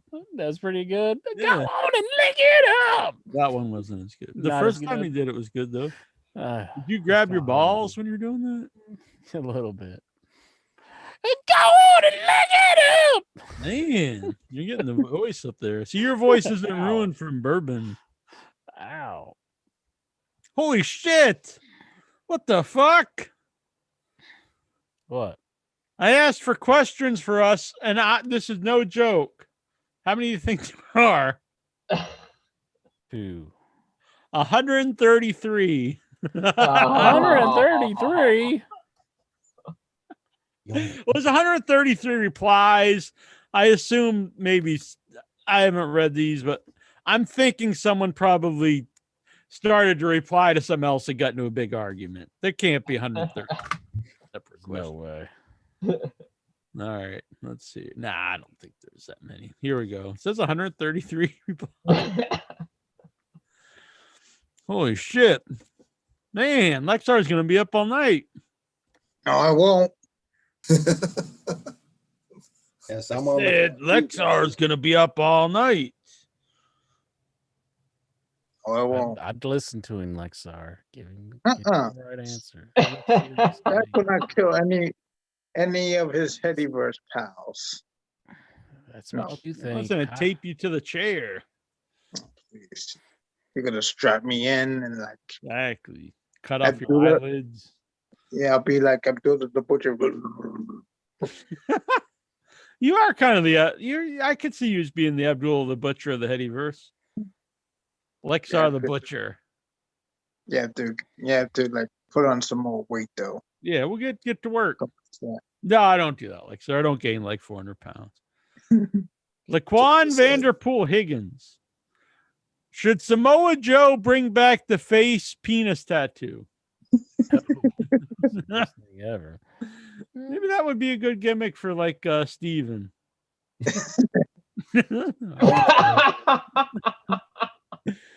What are your favorite memories of Harlem Heat?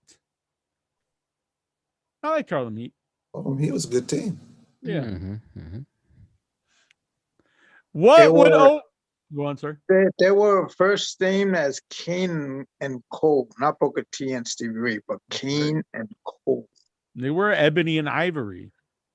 Not Ebony. Ebony Experience. Ebony Experience in Global. What would Owen Hart have done? What would Owen Hart done in what? It's not worded right. I guess what would Owen Hart have done in Ruthless Aggression era to early PG era if he hadn't died? I don't think he would have been very happy because he was kind of upset with doing the Deborah storyline that they had him doing. So, but probably they would have got away from that. Maybe. Yeah. I think if well, he was didn't he around during refuse that to era, do that storyline, and then they asked him to do the Blue Blazer thing, and he kind of Right. agreed because he was thinking he didn't want to get himself in any more hot water.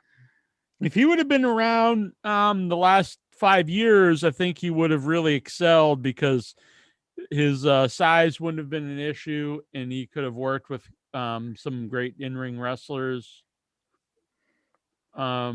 And with his personality, charisma, and promo, he would have stood above a lot of them. So I think he could have done really well. I think this would have been more of his era. Although at the time, they really weren't using him as like a big guy in the company, you know? Yeah. I think he would have excelled more later on, like when Eddie was champ and so forth. Yeah. Why is AEW ruining Private Party by putting him with Matt Hardy? I mean, I don't really think they're like a top thing to begin with, but I don't like this Matt Hardy big money angle. I kind of like it in ways. I like Matt Hardy. Big money angle. I kind of like that he's just like, I think that he's trying to portray like some of the people that might have trained him when he was coming up. I like that aspect about it.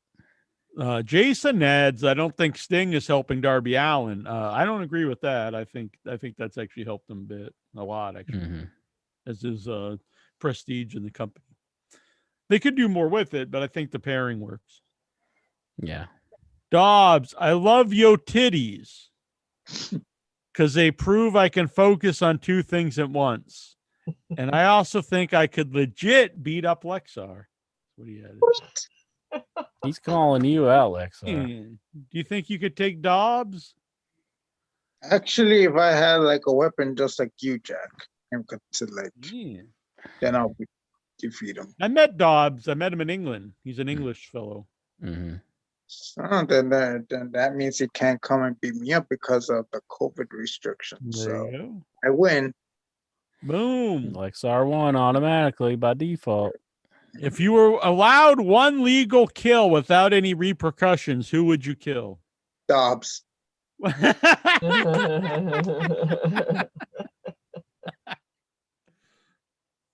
that was bam right off the bat. It was a quick answer. Who would you kill, Jack? One legal kill. One legal kill. Just the heart one. of the Eddie verse with my love. Killing them with your love. Killing them slowly. I wouldn't kill nobody. Intra, he has it harder for him because it would be hard for him to narrow it down to one. Yeah. There's a few on there, that list. Would Al be on there? Or would you just want to harm him a little bit?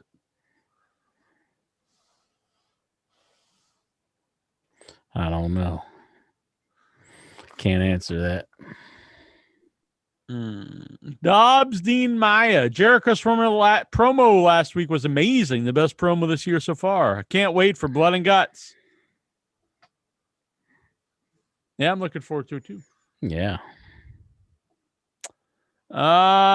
Urias Tosh. Which wrestlers would be good in Star Wars? A wrestler who would be good in Star Wars. Judas Messiah. I was just about to say that, but you took my answer. So I'm going to say,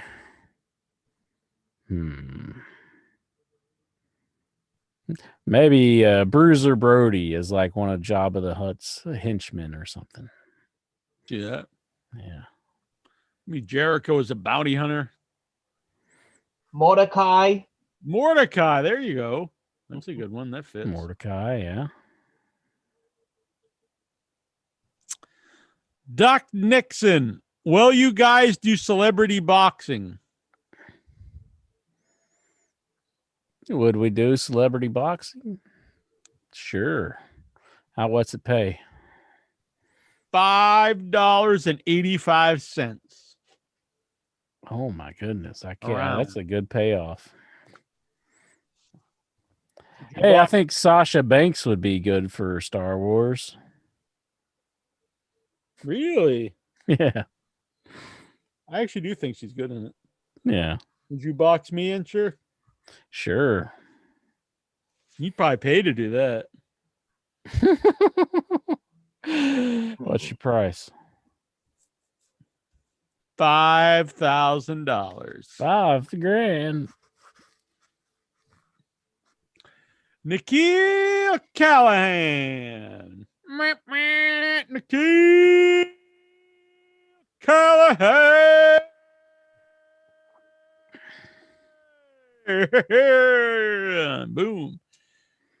May the 4th be with you. Happy Star Wars Day. Your favorite Star Wars film and character. Mine's kind of cliche, but it would be Empire Strikes Back. I guess Han Solo. Empire Strikes Back's definitely my favorite, but they're all pretty good. I mean, some of them. I mean, you know, excluding like the episode 1, 2, and 3. Right, the prequels. Like, and the last 2. Yeah, I didn't totally hate those, but I did. I'd say Empire is definitely the best one. Darth Vader. What was the favorite character? Jar Jar Binks. No, I like Luke Skywalker. Han Solo. Really? Han Solo's good too. Yes, I go with Han Solo. Return of the Jedi Princess Leia. If only because I met Carrie Fisher before she died. I thought you were kind of, you know what I'm saying. He's watching Princess Leia in the slave outfit intro. Pants around the ankles. Starting to think you got a big fan of Salacious Crumb. Is that the one that goes? Would you be my Salacious Crumb? Salacious Crumb. I look like Salacious Crumb? Is that what you sound like him. Yeah, okay. I think he'd be a good one. Is Lexar missing the strip clubs? Yes, wholeheartedly. I mean, my local strip club that I always go to is still closed, even though things are opening up. I noticed mine had like a big sign that said "No open." This is a huge sign, so they're trying to get the people back in. I saw our friend Kai, in Vegas, and he was throwing babies in there. He was all excited because the brothel's open back up, so you can go get a whore. Maybe I should go to a brothel now. Well, I don't think that's legal in Jersey. Yeah, no, it's not legal in Las Vegas either. Yeah, you have to go outside Las Vegas, but it's legal in parts of Nevada. It's really weird. He showed a picture of all the whores, and they were all wearing masks, which I thought was weird. It's like they're masked, and then they go and blow a dude. But then for safety, you put the mask back on after. Safety first.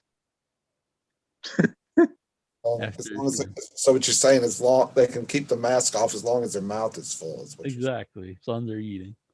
The penis.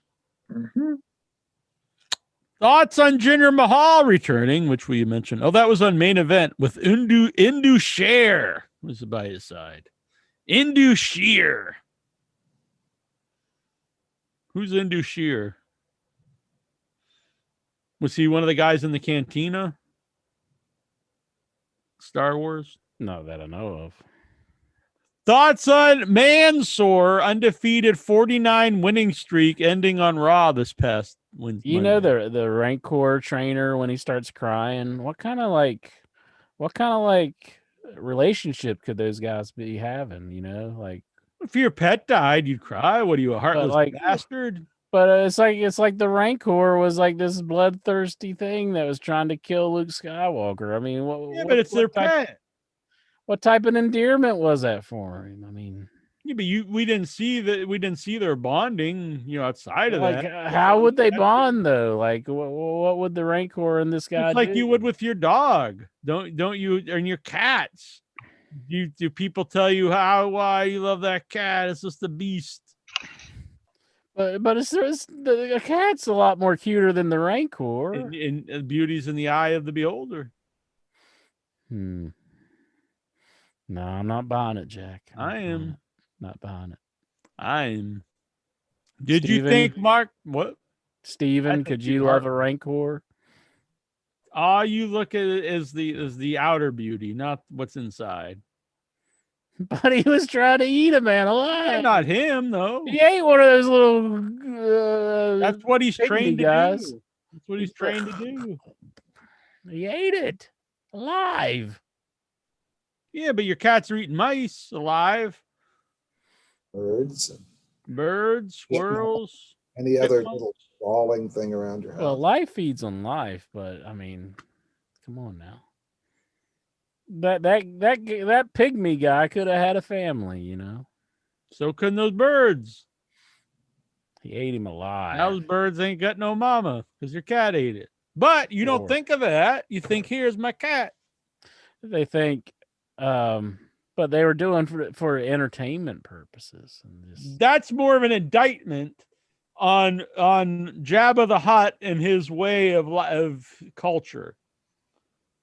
You can't condemn the people who are raising the Rancor monster based on the culture that they're a part of.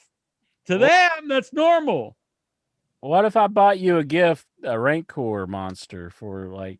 I would raise it as my own and show it the love it deserves. Yeah. Unlike you, just say, they're just beasts. And if I came along and killed it, would you start crying? Of course. If I walked in your house and killed your cat, you would be like, oh, whatever. No, you'd be pissed, and rightfully so. And heartbroken. And rightfully so. Mm-hmm. People have pet pythons and they eat. Hey, there you go. Yeah, people have pet pythons. Good point. You feed them a live critter. That's how they slowly eat them. Do you have a pet python, Vic? No, I've got 6 I cats. got a python right here in my pants, and sure. No, he doesn't. He's full of it. Faith wants to have a pet reptile, but my wife says that's a house rule, no reptiles. Would she like a Rancor monster? No, it wouldn't pass the sniff test at our. Yeah, not big. I mean if this guy wanted to have a pet Rancor, that's his business. Exactly. I don't think that should be allowed. I mean, people aren't allowed to have tigers in the United States, so no Rancor. What about Joe Exotic? He's trying to take away everyone's freedoms, and sure. Well, Joe Exotic, I mean, he was like kind of an asshole, though, wasn't he? I haven't seen. See, we gotta make up your mind. That guy's an asshole, but the Rancor monster, man, he loved the Rancor monster. Well, Joe Exotic, I heard like he was like stealing if his tigers died, he wasn't crying. He was stealing like the tiger's babies or something. Yeah, that's an example of being a dick. The man who's raising the Rancor, he wasn't doing that. He wasn't stealing his baby. Maybe he stole the Rancor as a baby, though. Yeah, but now you're just making stuff up. I mean, and then he brought it to Jabba. We have reasons to believe. How's he going to get it in the pit? The man get it in there when it loved it. He loved his beast. No, he was stealing it when it was a baby, I think. And then the Rancor got to eat well. How do you know if it wasn't for Jabba's palace, that Rancor might just be out in the desert wandering around, falling into Sarlacc pits. Took him out of his natural environment. Maybe that's the only way he could survive. It's not. You think a cat's natural environment is a basement? Yep. My cat doesn't live in the basement. Lives upstairs. You think a fish natural habitat is a glass this big? Yep. You think a bird naturally lives in a cage? Do you think Mark Madden was a good commentator in WCW? And do you have any memories? Yes, I actually do. A lot of people hate him. I liked him. And my memory is fly, fat ass fly. Snoochie Boochie's Tony. Mm-hmm. Man, Tony had a mighty mullet back in the day. He was rocking the mullet. He needs to bring it back. Yeah. Did you ever think of just growing the back of the hair real long? I would look like Jesse Ventura, though. So I'd look like Riff Raff. Has Sting actually added anything to being on AEW? I've liked Sting in AEW. I think they probably shouldn't have him on every week, but I like him.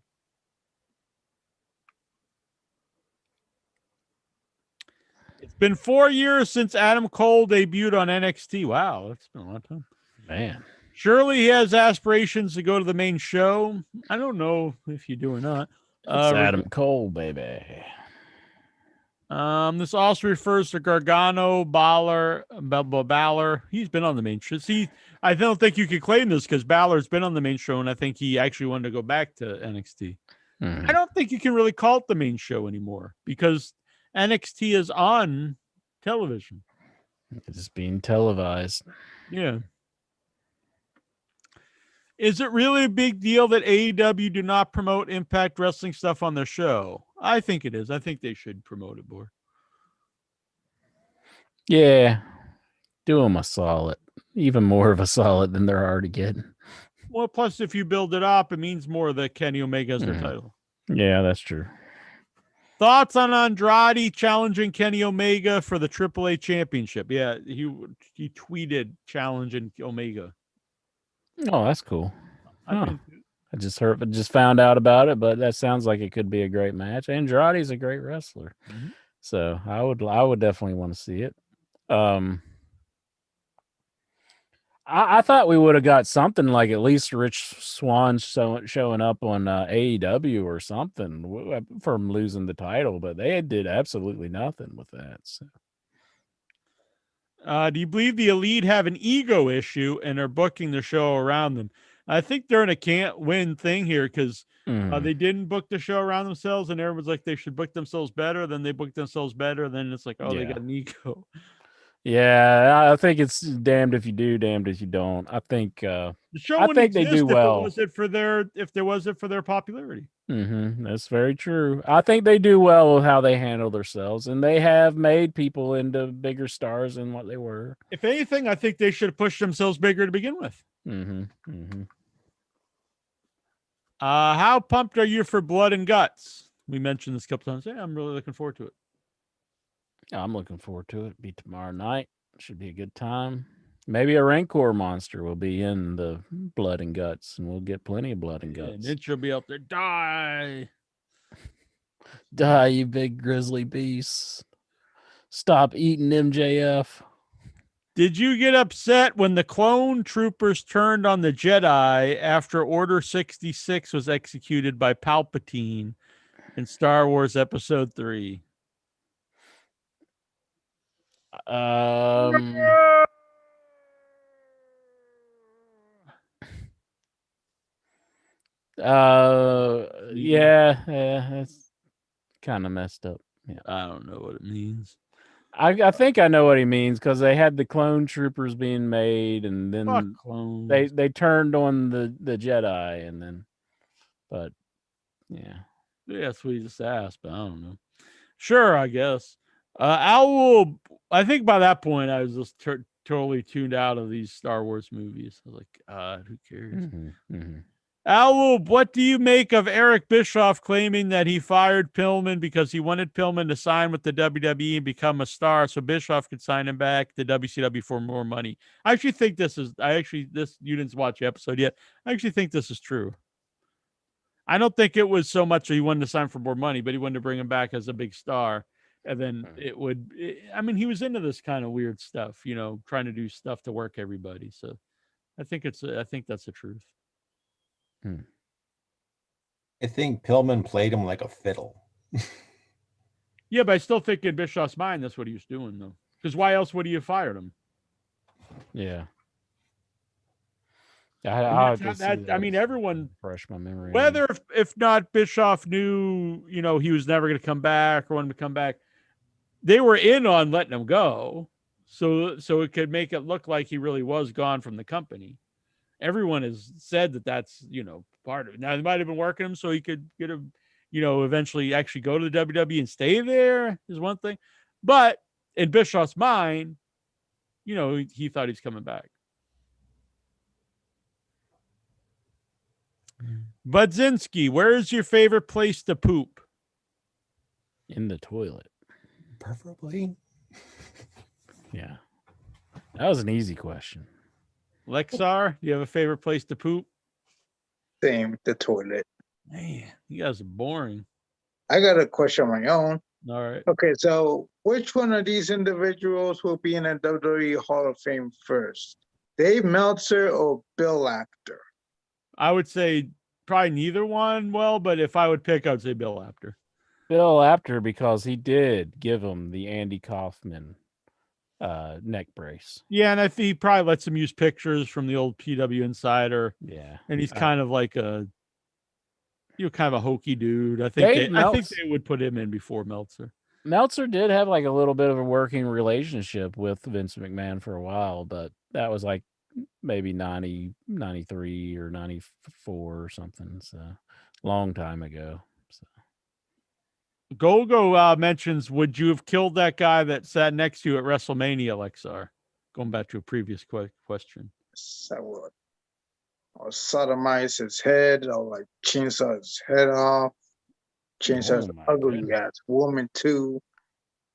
You know, I'll be just like a modern day Leatherface. Would you burn this house down? Probably not, but I don't know if I knew where he lives. Oh yeah, why not?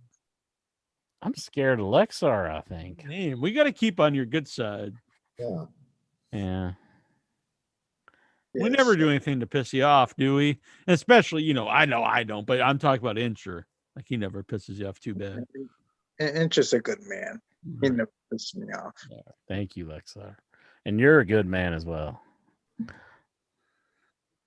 Dobbs, have you ever seen a motherfucking ribbon in the sky? I don't know what that's supposed to mean. A ribbon in the sky? What? I don't know. I think he's in like Oslo's crack or something. Is it just like, is it a ribbon that's just falling down, or? I don't know what this means. No.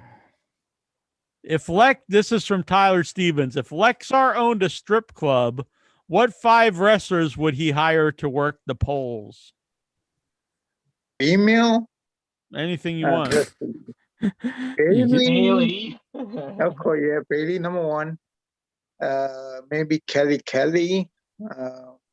because she used to be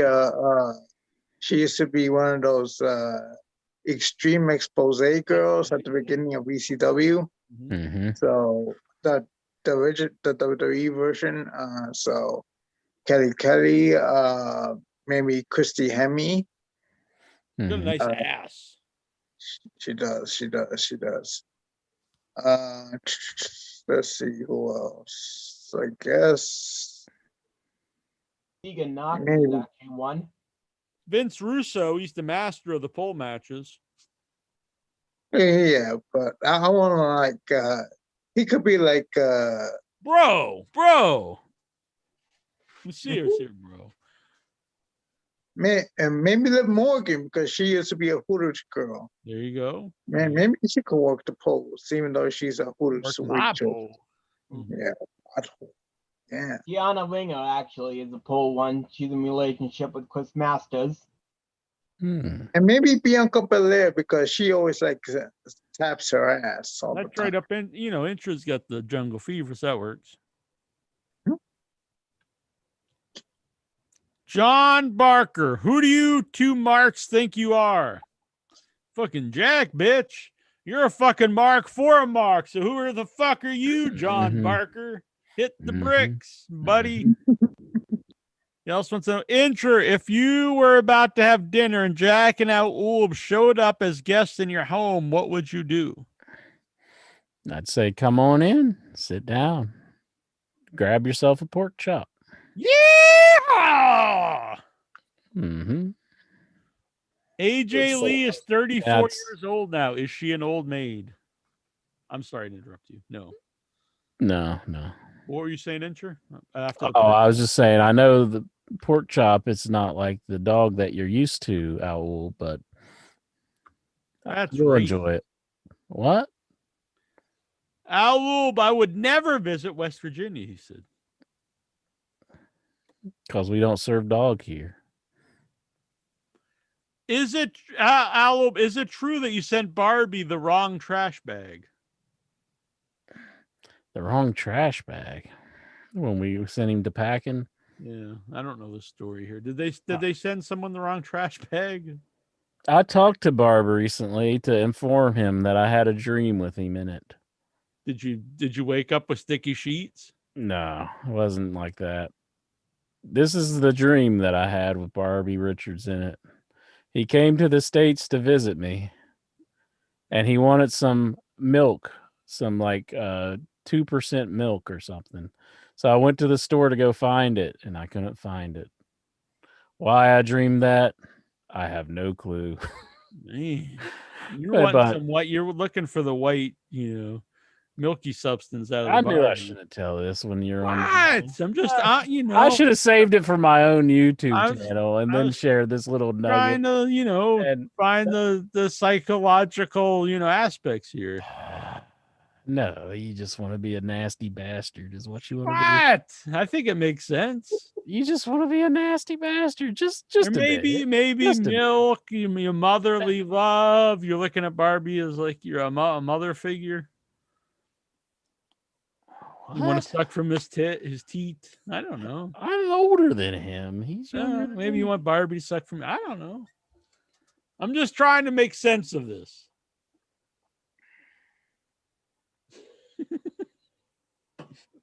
He's so pleased with himself. Look at him, laughing, spitting out his. No, I'm choking. His little whatever. Choking on my elderflower. His elderflower. Yeah. Well, all right. What do you think the dream means? I have no idea. Is what I said. So I don't. Yeah. So I was trying to help out the story. No, you are. You're just trying to be an asshole. You're like, you're trying to. I think what I said made sense. I know what you. What I said made sense. No, it makes no sense. It does. The sense that it makes is that you're trying to be a nasty bastard. No, I was trying to be real. No, nasty bastard. That's what the milk is white. Then you were saying you were getting mad at this. I was like, well, milk is like mother's milk. What else could it mean? I wish your Rancor monster. You couldn't find the milk. Maybe you're feeling like incomplete with Barbie, like you couldn't find what Barbie needed to make your friendship work. And you're like, why did I fail him? Maybe. Why didn't I make this work out? See, I know what I'm talking about. Wait for it. See? No, that's what I'm putting out my real thoughts here. You got something brewing in there. I can see it. I'm trying to interpret your dream. He's got something. You just always think the worst of me. Doesn't he, Lexar? Oh, gee, it's not like I've never been burned by you before. I think all three of my conclusions all work. Robert Budzinski, would you rather Bad Bunny or Bad Barbie? I don't know what that means. Mm-hmm. Would we rather have Bad Bunny on the show or Bad Barbie? I don't know. Who's Bad Barbie? Yeah. Is that like the evil Barbie, like with a mustache? Like maybe Star like Trek? Bizarro Barbie? Jason Minton, what's your top 5 least favorite things about AEW? My top 5 least favorite things about AEW? Jeez, I don't know. I mean, I like a lot of the stuff, but yeah, I like it's kind of a dwelling on the negative. But if I want to improve stuff, explaining when people come in, like who they are, just throw some vignettes of them, either if they're from another company. Of some storylines. Yeah, consistency of who's on the show. Because sometimes they start to get behind a character like Sunny Kiss, and then you don't see him for like a month. Yeah. Show some highlights of Dark, so it gives us a reason to watch it. They show the names of the people who won matches, but just show like a 2-minute highlight of it or something. It's not too much I dislike, though. I mean, I like it. Everything. You can always improve everything, but overall. E. Marshall. That is all. Yeah, and don't instead of the Anthony Ogogo punch in the gut, punch him in the face. Punch him right in the kisser. There you go. Dobbs Dean Maya. Thoughts on Tazo's suggestion on renaming Johnny Swinger to just Swing? This is just stupid. Just, yeah. It's He's like gotta be not Johnny even Swinger. comical, just dumb. Mm-hmm. Nothing personal. I suggested Tazo starts writing Laffy Cracky. You know how we used to have Laffy Taffy? Mm-hmm. You like, Taff like Taffy and have like a dumb joke in it. He could start selling Laffy Cracky. So you sell crack and then you put a little joke in your crack. That'd be a big hit. Yeah. Crackheads love little jokes. Exactly. Mm-hmm. Dobbs, Jason Minton. Were Jack and Inch replaced by reptilians because the picture of two podcasters don't match what I'm seeing on video each week? This is what happened to this guy. He's over this pandemic. He's like, he's in all these conspiracy theories. Now he's like Val Venus thinking people are reptilians. He's met us in person. He nearly ran me over with his car. Maybe because he thought you were a reptilian. Maybe. Now we know what's going on. Tried to kill me with alcohol. If I'm not Dobbs, if I'm not made for you, then why does my heart tell me that I am? Man, Because you're obsessed. Man, I'm feeling sad for the Dobbs. Jason Mitten, should Johnny Swinger and Buff Bagwell form a tag team called the American Male Escorts? Are they both now? I guess. I don't know. You're the Impact Mark. I don't know.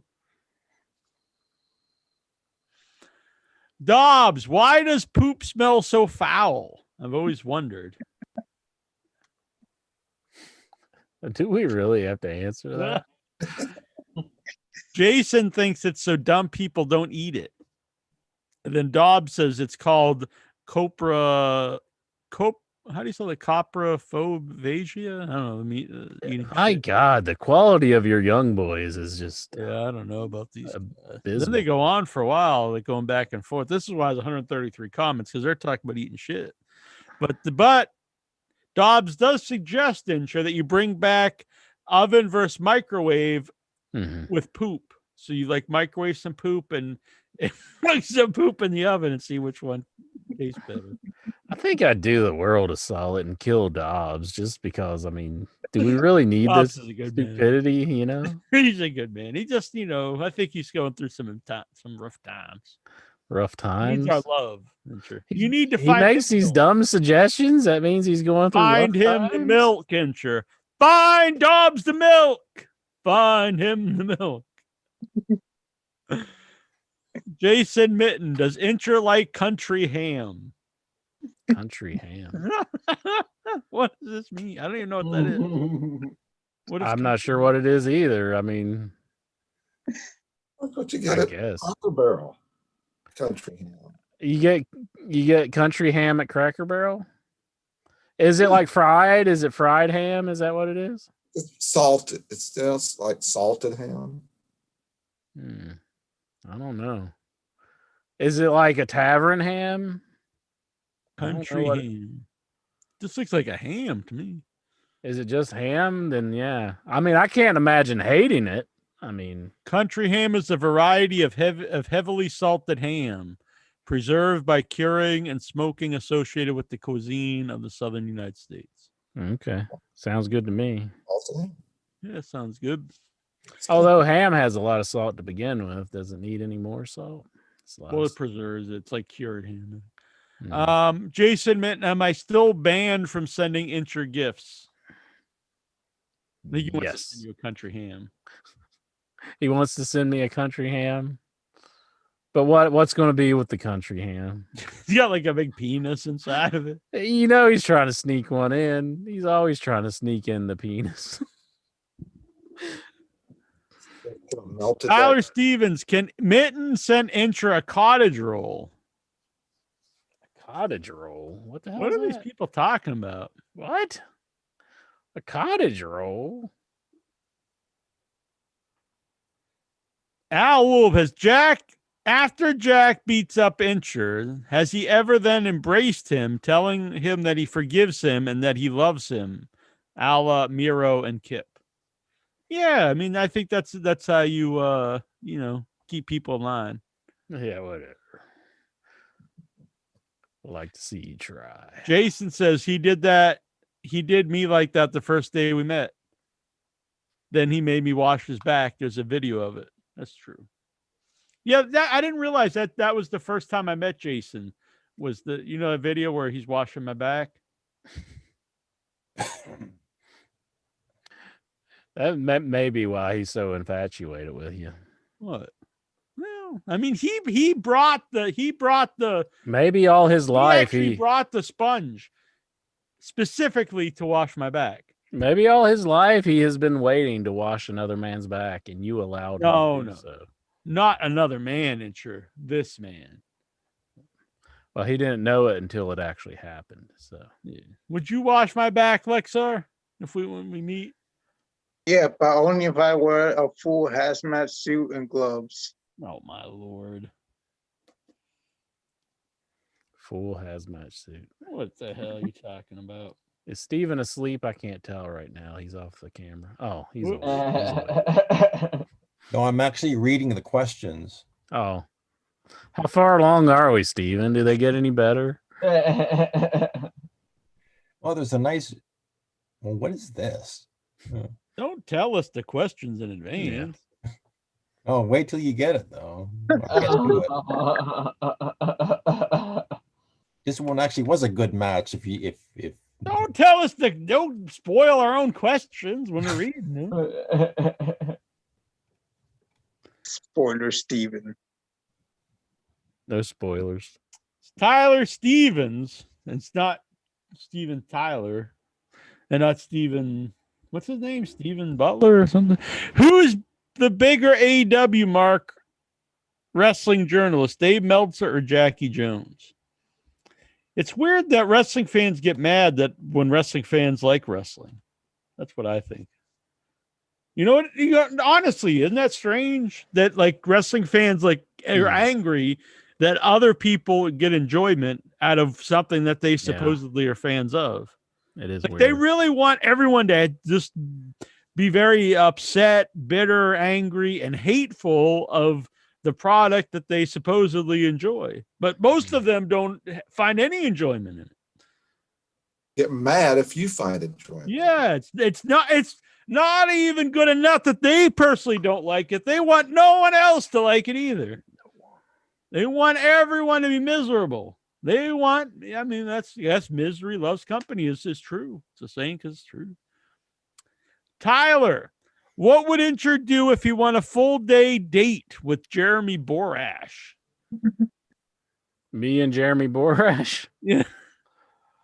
You just look into those big buggy eyes. I guess. And maybe we'd play some pinball or something. And would you find him the milk? I could find him some milk, and maybe we'll go down to the train tracks and be like, don't go on there. Don't walk on the train. You want a couple of pussies? I mean, you know. Maybe we would go get some Sheets tacos. Maybe some Sheets tacos. Sheep tacos? Sheets tacos from the gas station. Sheets. Oh. Mm-hmm. Tyler Stevens, fuck, marry, kill. What's with Jeremy? Well, it's Jeremy Borash. Jeremy Borash, Todd Pettingale, and Sean Mooney. Well, I'm killing Todd Pettingale. I think I'm gonna marry Sean Mooney, and I'll bang Jeremy Borash. Oh my! I'm really not familiar with the guys like Sean. Who is it? Sean Mooney, the guy in the control center. Mooney. Sean Mooney. Yeah, and I know Jeremy Borash really well, but you just want to Todd Pettingale. Marry that man. I guess Jeremy Borash is the one that I know the most, so I'd marry him. All right. I'd bang Todd Pettingale just so I could be like, what do you think about that, Pettingale? Like while I'm doing it. And then before or after I kill him. Well, hopefully before. No. And then I guess I'll kill the other gentleman. Man, poor Sean Mooney. You're killing my husband. I do that just to see your face. Yeah, but I'm banging yours. So You're banging my. Oh my gosh. Al, are you surprised that Russo never changed Jeremy? What the fuck is with all the Jeremy Borash? But they got him on a Jerry Borash kick. Are you surprised that Russo never changed Jeremy Borash's character to Jeremy Borat? That is amazing. Yeah, that is amazing. I went to the Brazilian supermarket last week, and so I went to the butcher shop there, and they don't speak very good English, and so I got a pound of linguiça, which is a type of sausage, and he goes, and the butcher went, "Do you want the regular?" He didn't say it, but the next part I really remember is, "Oh, the spice,"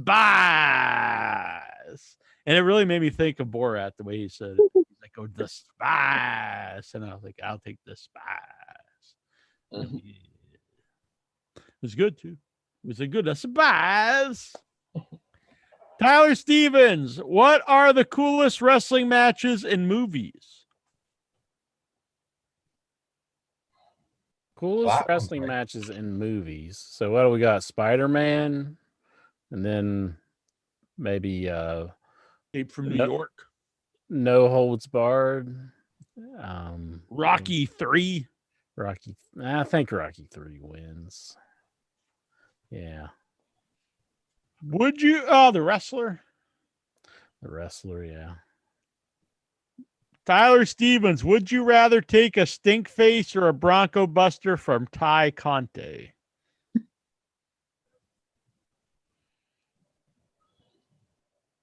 Do the whatever she's into is good. Yeah. Jason Mitten, what's your favorite movie with pro wrestling in it? No documentaries, and you can. I don't know. I think he said you can't say The Wrestler, but he said and you can say The Wrestler. But if you can't say The Wrestler and you can't say documentaries. What's your favorite wrestling movie? My favorite wrestling movie. Pile Driver. Jeez. I guess No Holds Barred. Not good, but I mean, what choices do you have? I mean, the Ed Asner of The Wrestler. Mm-hmm.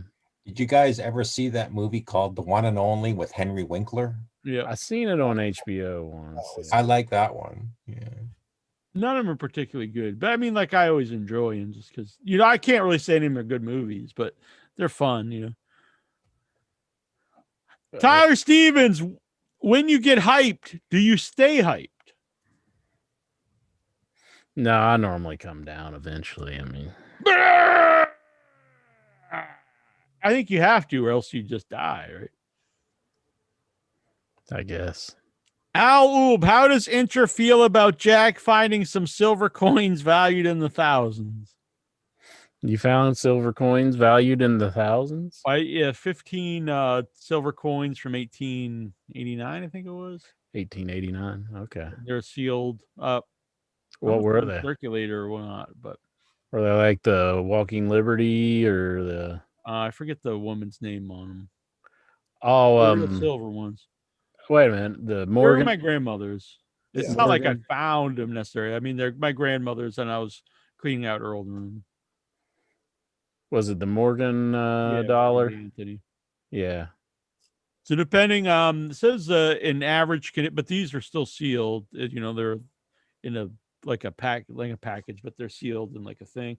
So I don't know if that means they're uncirculated. If they were, they could be worth over $1,000 each. But even in average condition, it says $181, and that's in not the greatest condition. So these, according to like the stuff I've seen, between $300 and $1,000 maybe. But I'm gonna look into it and see. Mm-hmm. Cool. They could be up to 3,000, I think, if they were uncirculated, but I don't think they're uncirculated. Do they look like rough, or do they? No, not at all. They're in a pack. They're in a case, and they've got clear plastic all over or whatever, something over them, and I don't know. I don't know really anything about coins, but they were packaged, I think, since then. They're not uncirculated. They're in beautiful condition, just from the picture that you showed. Well, what's the picture? Let me see the picture. I gotta find them. They're on my Facebook. Oh, well, if it's going to take you forever, No, it won't take that long. I gotta piss. What? Just piss your pants. Piss your pants.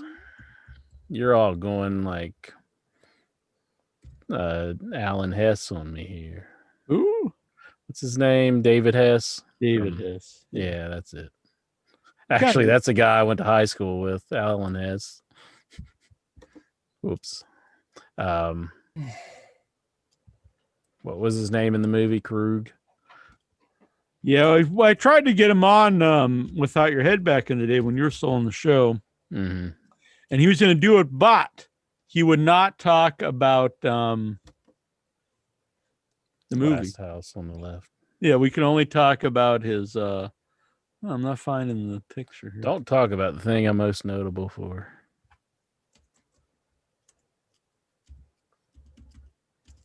Can't find the picture. I got to tap out now. Nighty night, Steven. Yeah, me too. Night, Steven. But me Nighty too. night, Lexar. Night. If I want you to arrest 128 questions. Man, can you believe Lexar is such a, he's tapping out already? What a pain. Probably going to go watch. He says he's a handyman now, but he's probably just installing like secret cameras and stuff. I bet so, yeah. He's probably watching all of us right now.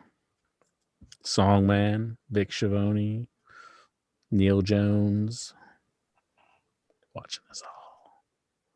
I found him. Oh, yeah. Yeah. Yeah, I think that's the Morgan. It is. Yeah.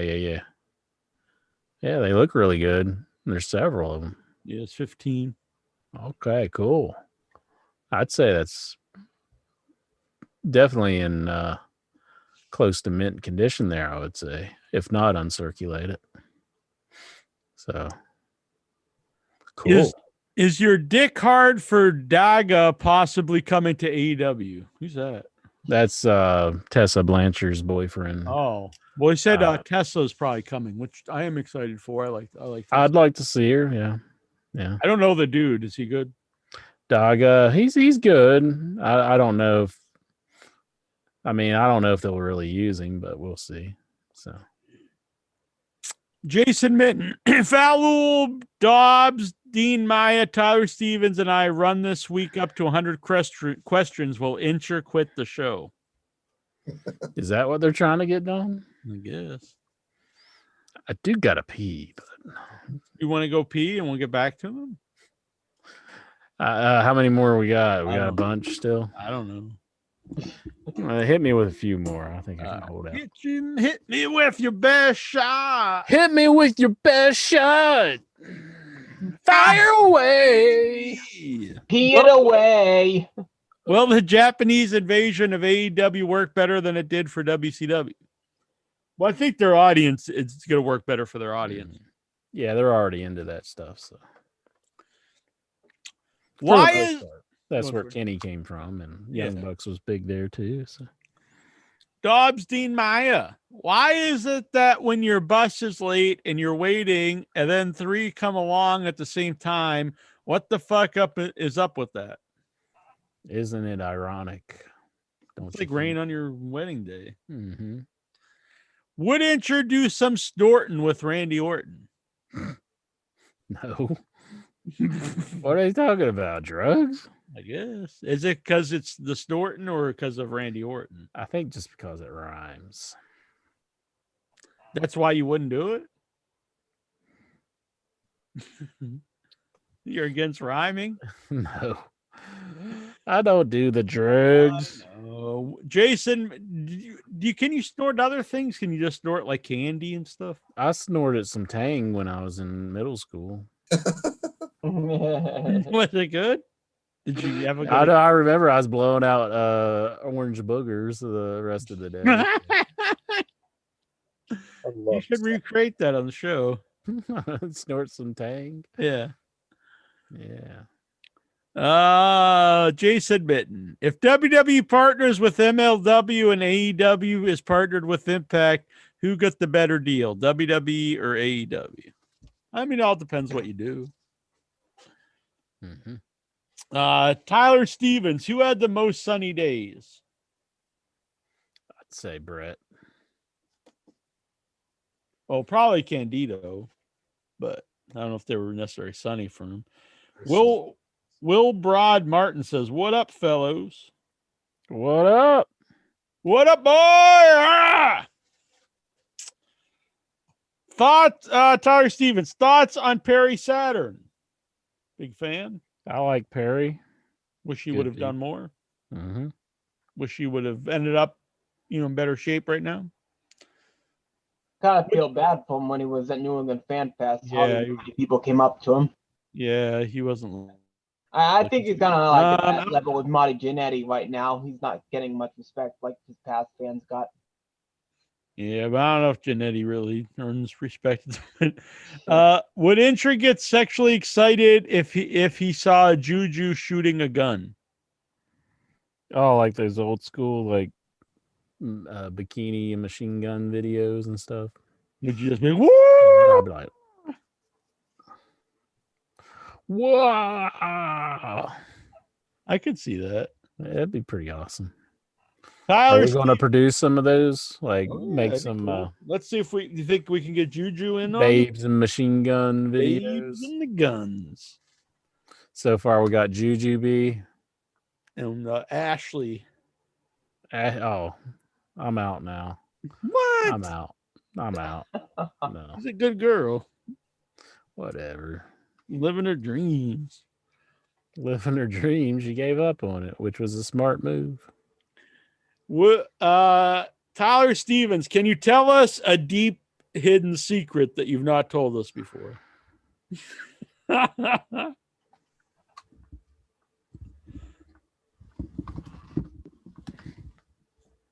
got a secret. My secret is I don't like eating cereal out of a ceramic bowl. I prefer a plastic bowl. That's my secret. Oh, weird. I feel like the ceramic absorbs the coolness of the milk and makes the milk room temperature. You want another secret? Yeah.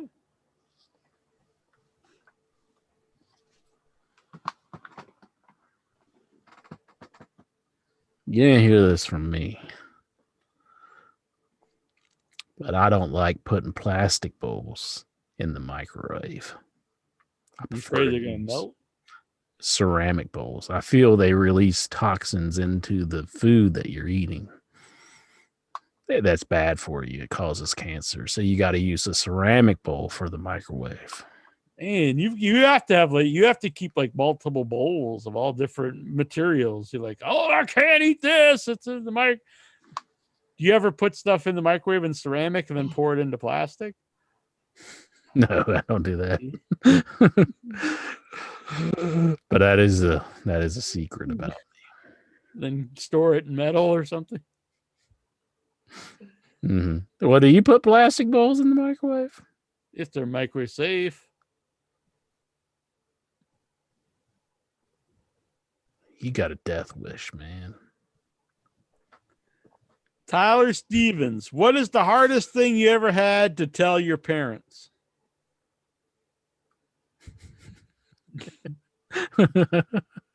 A very nervous laugh. I'm just thinking whether I should tell you or not. That whenever I went on the trip with you, I had to tell them I wasn't gay. So you lied to him? No. Like, because instead of coming out, it was like a staying in. You had to tell them. It was just like they were just, I don't know, they were a little perplexed. Oh man. Al wants to know if this picture is sexual harassment. Yes, it is. Stop sexually harassing me, Al, with your pictures. I took that off of Facebook for a reason, Jack. Where's Lexar? Where's Lexar right now? He can't see that picture. I know. He'd probably be happy because he's packing. I don't know. I don't know. What is the reference? I don't get it. Like, people have been banned on Facebook for less. I don't get what it's supposed to mean, though. People have been banned for less on Facebook. Then there's a follow-up picture to the same picture.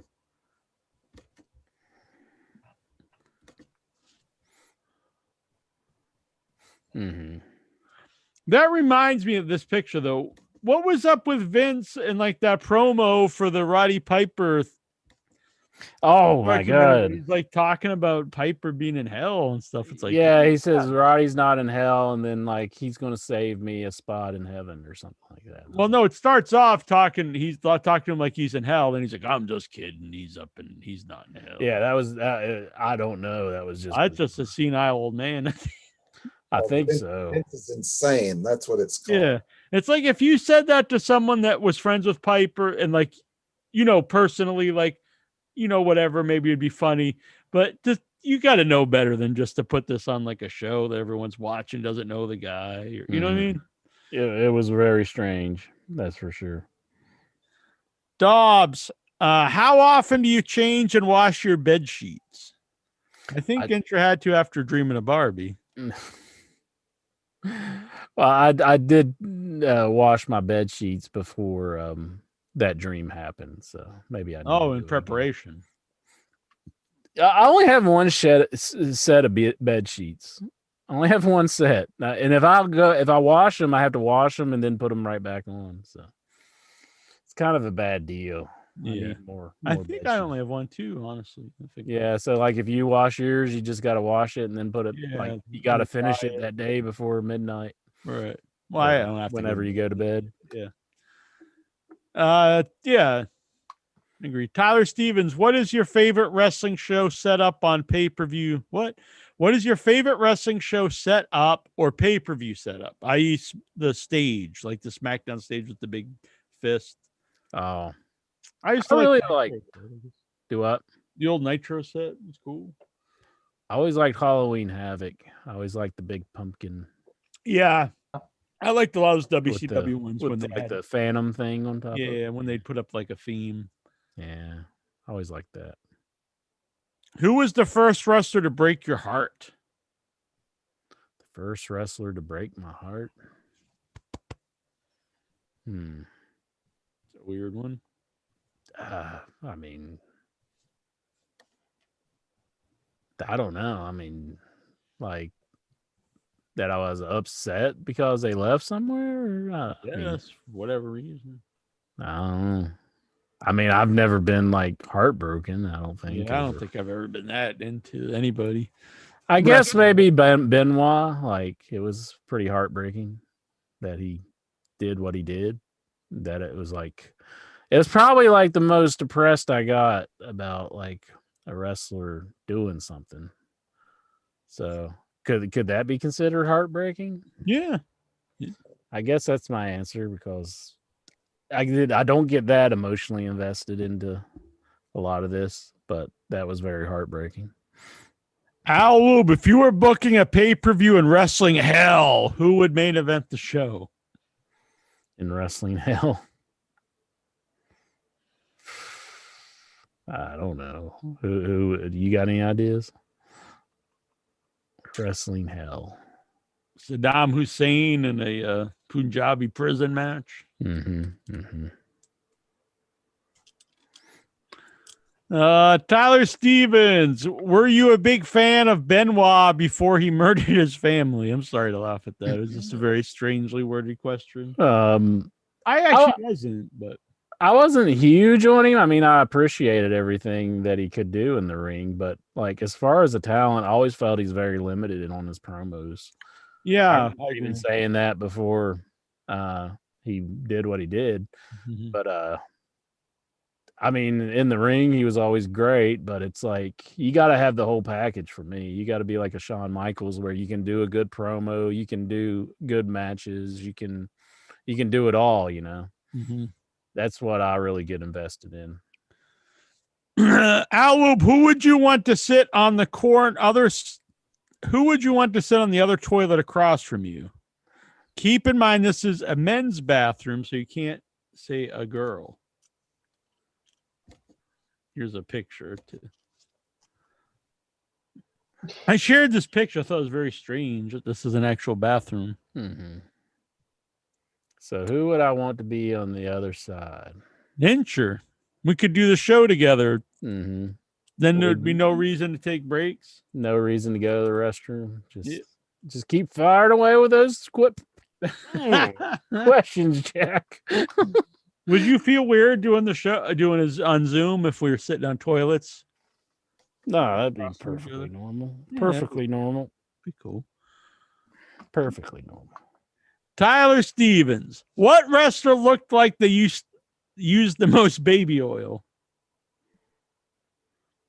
Incher's boy Matt Morgan used to use. He used a lot of baby oil. Lex Luger would use a lot. Yeah. Triple H has used a lot of baby oil. Do you ever oil yourself up? No. Should I? Yeah. Okay. I think Maybe you I'll should try it sometime. oil the head up. Yeah. Didn't Mr. Testicles test do it? Yeah. Yeah, a lot of guys. Steiner. It's always weird how you think about it. I think I'd feel weird just rubbing myself down with oil. Maybe they don't rub themselves. Maybe they have somebody else do it. That's true. Would you feel? I think I'd feel more weird rubbing someone else down with oil. Another dude. It was, I guess. Would you oil me up if I asked if I need a hand? What? Well, maybe I'm just saying no on the show, but secretly. Next time I get the secret question, I'll be like, I rub Jack down with some oil. Dobb says, I like listening to sad songs. Any recommendations? Sad songs. Probably, I don't know. I like classic pumpkin stuff from the 90s. A lot of that's pretty depressing. See ya, breathe. Muzzle from Smashing Pumpkins. Mm-hmm. Owl has Incher walked out yet? I'm still here. Still here. Tyler Stevens, would you eat something cooked by Mr. Fuji? I don't think it'd be well advised to do that. Especially now he's dead. That would be freaky if he's a zombie Fuji. Yeah. Feeding It's like, here's this. I've saved it for 20 years. He made it. Owl, would you let Incher slay your dragon? I don't know what that means. No, you got to answer that. I don't know. Yeah, I guess. There's a picture of a dragon. I don't know if you want to see it or not. Probably not. Where'd this picture come from? I don't know what this means either. Yeah, I don't know. That's some. That was like some people on the group, and he just decided to Photoshop my face on both of them. So. Are you sure it's Photoshop? I'm 100% on that one. Yeah. All right. Maybe you're getting the guy milk. Maybe you're getting yourself milk. Maybe that's where the dream came from.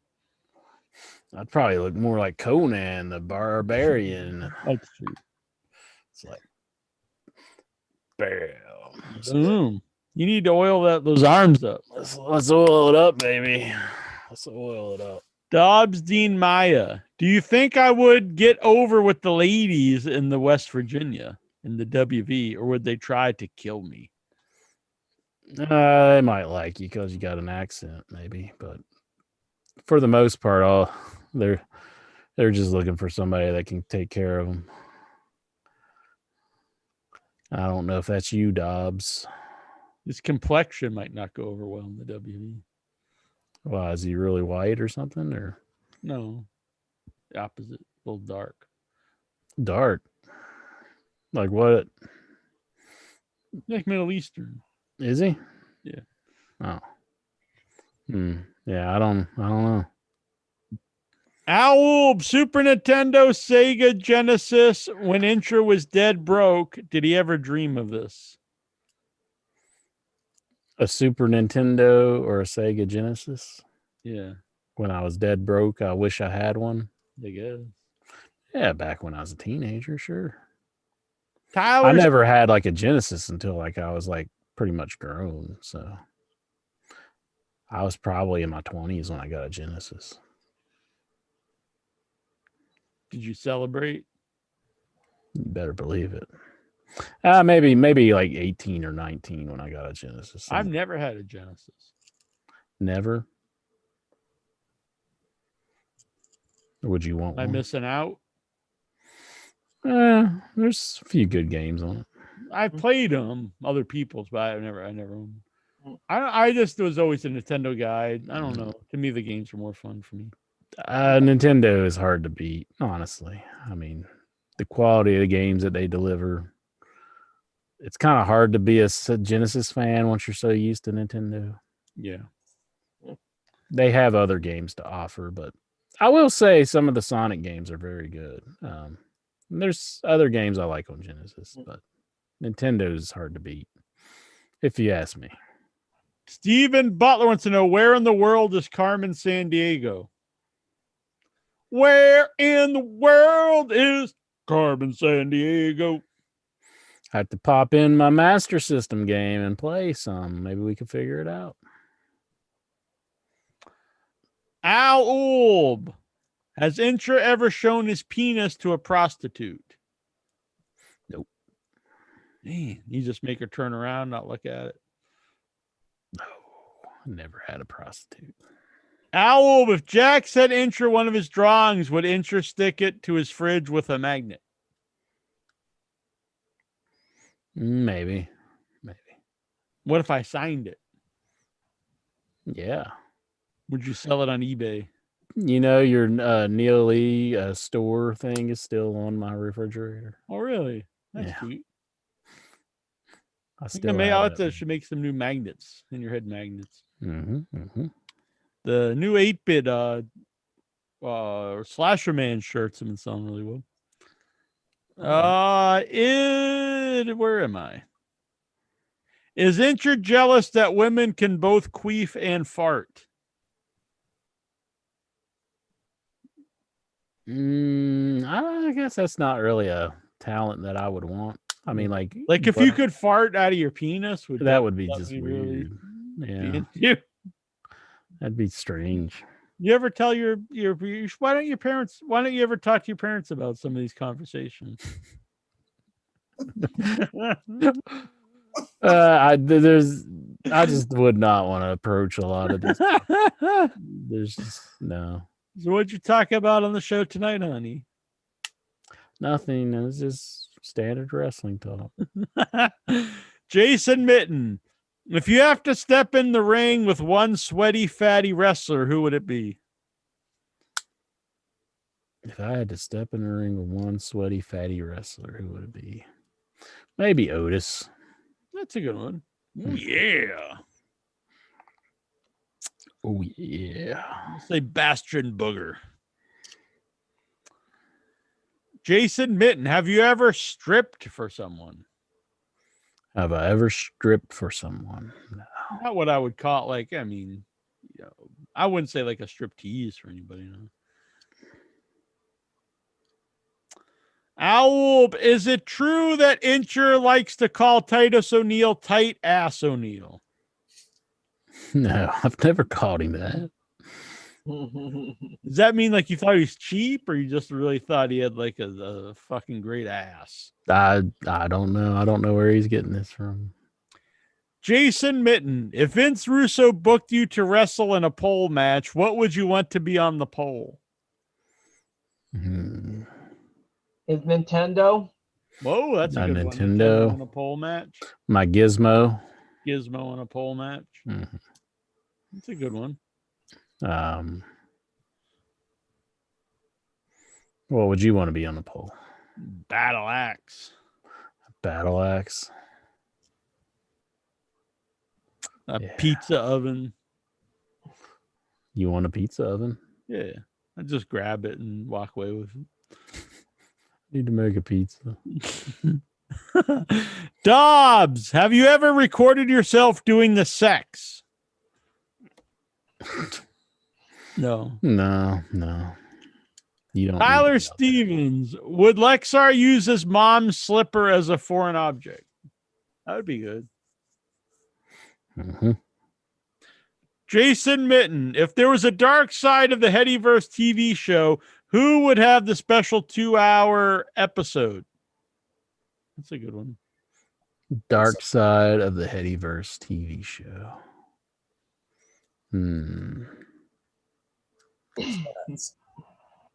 Ozo the Greek. Probably Danovich. Oh, that's actually a real answer. Uh-huh.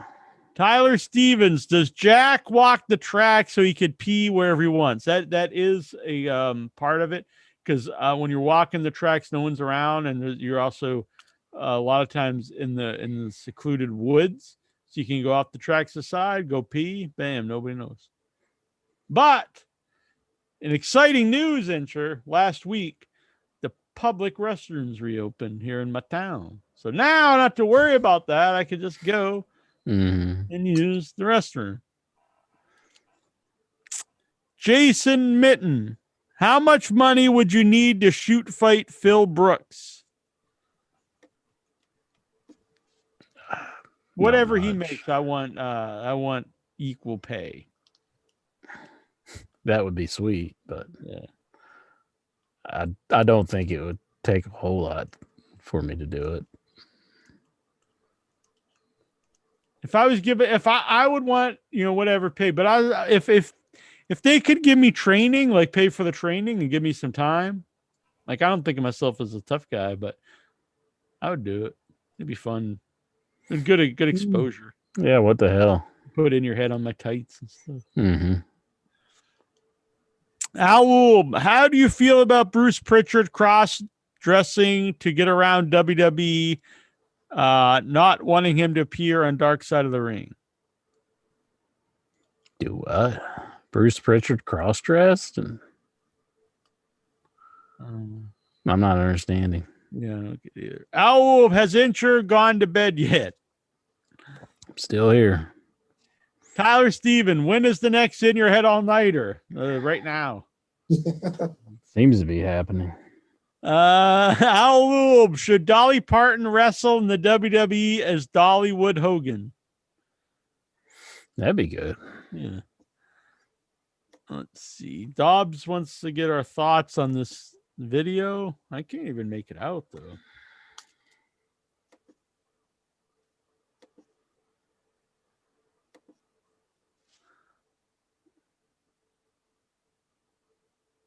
What is it? Is it just the toilet? Oh, I think, did somebody like crap on the wall or something? Is that what? Oh, I think I see what it is. They pulled the toilet paper off the wall. Where the toilet paper is, it's gone. Oh, I think. I don't know. Is that what we're looking for? Or is it like a silhouette of a guy sitting on the throne? No, I think it was the wall and the where the toilet paper was, it's ripped off the wall. I think we're overthinking it, and maybe you're right. Fuck it. I say it's a clean toilet. It does look like a clean toilet. Owl, how does Intra feel about Jack's boy Bill Maher? I'm actually not a big fan of Bill Maher. Saying watching video games is a waste of time. I'd say any type of entertainment's kind of a waste of time. Watching Bill Maher shows kind of a waste of time. Right. And it's also not at the same time if you're enjoying yourself. Yeah, if you're enjoying yourself, you're enjoying yourself. But most of the things that we do is a waste of time. I mean, right. I always kind of find that annoying. People say like, "Oh, you got too much time on your hands," or something. I think that's usually people just jealous. that they're not enjoying themselves. Tyler Stevens, who was the best country boy, hillbilly, redneck in wrestling? Then each has a picture of Jimmy Wang Yang. Best country boy, hillbilly, redneck. It's hard to beat Hillbilly Jim. Yeah, he's kind of the go-to. Who were you saying, Vic? Henry Tommy Rich. Tommy Rich? Yeah. That's a good one. That's a good answer. Owl, has Incher ever eaten soy? Like soy sauce? Or? Yeah, it's true. Soy sauce, soybeans.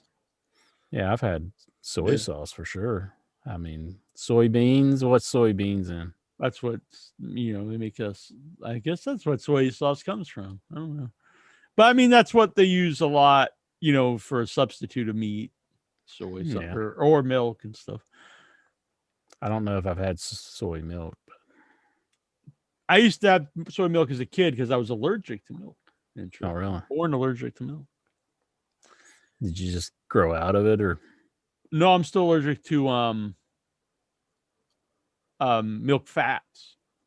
That's why I can't drink whole milk, but I can drink like skim milk. But I prefer not to. I prefer the fake milks, like almond milk. You ever had coconut milk? I drink coconut. Yeah, I like coconut milk. I get the I think it's So Delicious. That's the one that I buy. It's only 45 a cup, 45 calories. That's what I use in my smoothie, my protein smoothies. There's a toasted coconut one that's really good. I'd sweeten toasted coconut. Oh, really? Well, how many calories is that? 45 a cup. Some of the almond milks are even less, like 30. Yeah.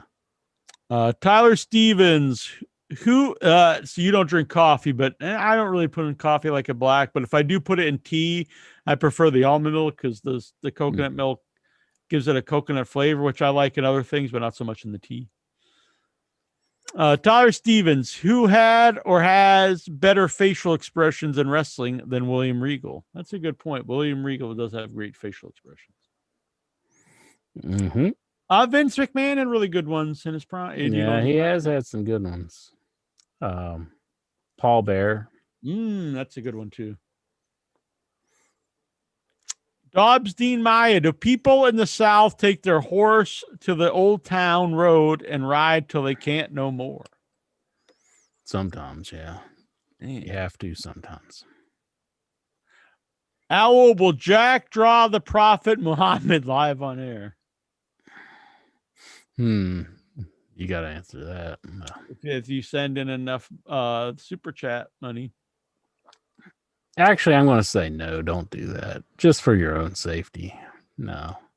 Don't even contemplate doing it. Just say no. That's worse than walking the tracks. I'd say so, probably. Tyler Stevens, what did Incher think when Vince McMahon and Shane fought HBK and God? Well, we were doing the show then, weren't we? Yeah. It was just silly. I mean, I know Vince McMahon isn't like a big Christian or anything. Yeah. But I don't think a lot of people, I'm sure some people did, but most people, I don't think they necessarily found it offensive, just thought it was stupid. Yeah. It didn't. Sometimes people, do stuff where they think they're being like super offensive. And you just think, well, you're just being stupid. And then it just kind of becomes annoying because they're doing it trying to offend you or something. You know what I mean? That's what I think a lot of, because I know what you mean. But I do think a lot of atheists are like that. That's why I actually don't really like Bill Maher. It's very arrogant. Owl, what was the last slur you used? The last slur I used? Like a racial slur? Or... Yes. Wait, is there any other kind of slur? West Virginian. The last slur I ever used? I've never used one. I never have either. Earlier in the show, when you're telling Owl he's eating dogs, probably. I just said he eats dogs. I'm the so racist. wrong about that. I'm About it, thinking that I think that's about his race. You could just be making some other statement. I don't know. I thought he ate dogs. That's all I was saying. Tyler Stevens, you owned a wrestling company. What would you call it and why if you owned a wrestling company? IYH Wrestling. Mm-hmm.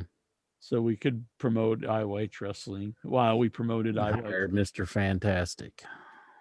You call him Mr. Fantastic? Is that his name? The dude? The blue hair guy? The blue hair guy, yeah. Mr. Terrific. Mr. Terrific. Mr. Fantastic's the guy who stretches. Oh. Well, we'll hire them both. All right. Well, Mr. Terrific's dead. Damn. He seemed like a good guy. He could have a Dark Side of the Ring episode. True. Al Wolb, are you still reading these? Yep. We still are. Tyler Stevens, what guest on the show surprisingly interested you the most? An interesting question, actually. Probably Gary Hart. Somebody I wasn't that familiar with when we started, but I got pretty interested into him. Maybe Max Payne. Mm-hmm. That's a good answer. Al Wolb, would you cut loose with Moose? I don't know what that means. Apparently, Moose, he's going to be fighting James Storm next week on Impact. James Storm said, if you're going to take on a man, you got to pack your lunch or something. And he gave him 2 trash, like brown bags. And he said, you're going to need these, Moose. Or I don't know. I hated the promo. Al Wolb wants to know, has Intra ever taken a dump that looked like this? No. That's a crab, a sponge crab. I posted this on my Facebook. Isn't that creepy? Sponge crab. It's cute. It's both cute and creepy. Looks like it's got a croissant on its head or something. Yeah, it's a crab, but its shell is like a sponge, a living sponge. Huh. Yeah, And then Dobbs asked, would you eat that in a microwave versus oven challenge? I feel bad. He's kind of cute. Yeah. And the sponge just kind of got dragged into it. How did the sponge feel about it? Right. Jason Mitten, did I see a post where Jackie Jones, who in his podcast troll days didn't care if people thought he was racist, sexist, or homophobic, say that he wouldn't want people to think he's an anti-vaxxer, COVID-19 denier, Trump supporter, or birther? Yeah, that's right. But when I used to make jokes, I used to assume people thought I was joking. Because I grew up in a world where people understood comedy. So if you say something comedic, you realize it's not an actual statement from that person's mind. They're not saying like just verbatim, this is what I think. You say something outlandish, that's why it's funny. If you say something that you just think with nothing weird or out of the world about it, it's not comedy anymore. It's just a statement. So if you say something that I wouldn't say, if you say a joke, I don't think a joke is actually racist or sexist or homophobic. You would imply these things because it's so outlandish. That's where the comedy lies. So when I would say things like, midgets aren't people, they have them as pets and stuff. Do I think that? Of course not. And if someone actually thought that was an actual thought of mine, I would think they're not the brightest person in the world. The joke was that was so outlandish and so silly. Obviously, I don't really think that. That is the humor of that statement, of that joke, because it's not an actual statement. Same goes with if you joke about race, if you joke about someone's sexuality, if you joke about whatever it is, you're saying this as a joke, and you're not making fun of that. You're making fun of the idea that someone would believe something so crazy and outlandish. That's what comedy is. I've never been a hateful guy. Now, sometimes if I said things that might have offended somebody or made someone hurt someone's feelings, sure. And if I knew that, I would apologize, because that's not what my intention would be. But at the heart of it, that is comedy. Now, you can't really do that anymore. Not because I think I'm going to get canceled. I stopped kind of making a lot of those same jokes because people don't take comedy as comedy. They take it serious. And that works on two different ways. There are people who think when I would say these things, I really meant them and I was like this evil dude or whatever. But which was weirder to me is that I would say some of this stuff if people think I was serious and like, yeah, I agree with you. And I'm like, well, it's not a real thing. I don't really think midgets are pets that you'd walk around. I'm not a fucking moron. I don't really think this. Why would you think I really think that and then agree with me? What are you, an idiot? So you had to just change how I do things, because unfortunately the world doesn't understand comedy now. And I think I don't know. I used to think maybe this is intention. Are people this dumb? They just don't get it? Or are people intentionally saying they don't get it so they can say they're mad and be outraged? I don't know. Maybe it's a combination of these two things, but it's the same reason. If you look at Owl when he posts things, he always puts LOL at the end. Why? Is he just putting that there because he thinks he's hilarious and he's laughing at his own joke? No, he puts that at the end of your statement, which a lot of people do on social media, so you can tell everyone in advance that you're joking. Why do you have to do that today? Because there are people who don't understand that you're making a joke. Thank you. Jason Mitten, what's your spirit animal? The follow-up to this question. Raccoon. I think it's urinating. I thought first maybe he wanted to cancel, but I think he's taking a wee-wee. He wouldn't have to like cover up the camera like this.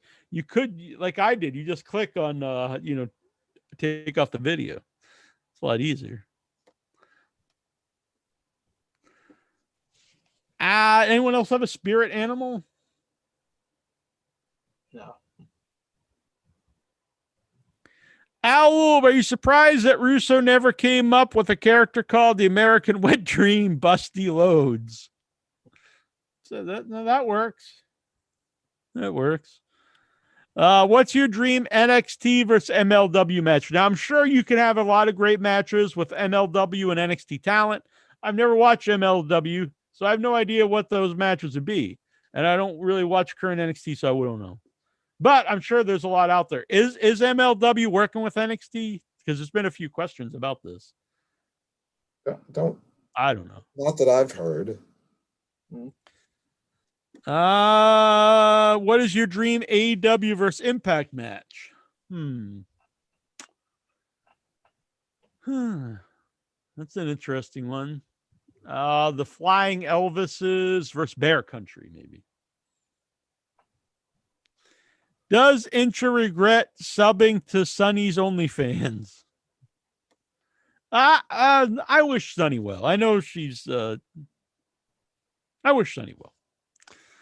I thought I saw an update that she was recovering to something. Wasn't there a picture of her? Yeah, it's her in the police station. Yeah. I mean, she's looking pretty rough. I mean, she's really hurt her life. Yeah. I don't really find humor in people's lives going down. I hope she when she gets out, things pick up for her. I know they're self her own choices, but still I don't find enjoyment in people doing poorly. Yeah. Dubs Dean Maya, do you want to bang Eva on a Ferrari? I think it'd be better on like a bed, but yeah, Ferrari seems kind of harsh, but I mean, I guess if it's that, or you just got to take what you can get, I guess. Right. Okay. Who is a simp for? Who am I a simp for? Yeah. What's that? I thought simp meant like you were simple. No, I think it means like you like fawn over a woman or something, like, and that you're just like, I think that's the definition. I see. Like you're It's like a simpleton. no, I don't think it's simpleton. I think you guys are on a different. I think it means like you sympathize with a woman or something, and then like you just kind of go crazy. I don't know. I could be wrong. Let me look this up. Let's look it up. Urban Dictionary, simp. Someone who does way too much for a person they like. Yeah. Okay. Huh. Who do I do way too much for a person that I like? Me? What do I do for you? That's true shit, Ola. I guess maybe I'm a simp for Incher. I'm always doing all this stuff for him. Whatever. Probably sticking up for him. Probably my family, because I do all What a kinds of bunch things of for my. bullshit. I do a lot of stuff for my family. Jeez, just disagree with you about Lanny Poffo, and you're like, he hates his family. Well, I mean, you do support, it going against your family quite a bit on the show. Don't even listen to what I say. You're just like, he doesn't agree with his family. He hates them all. No, he doesn't. He's free shit. Owl, would you go swinging with Johnny Swinger? Like on a swing set, or like? You know what he means. Don't be Colt Cabana.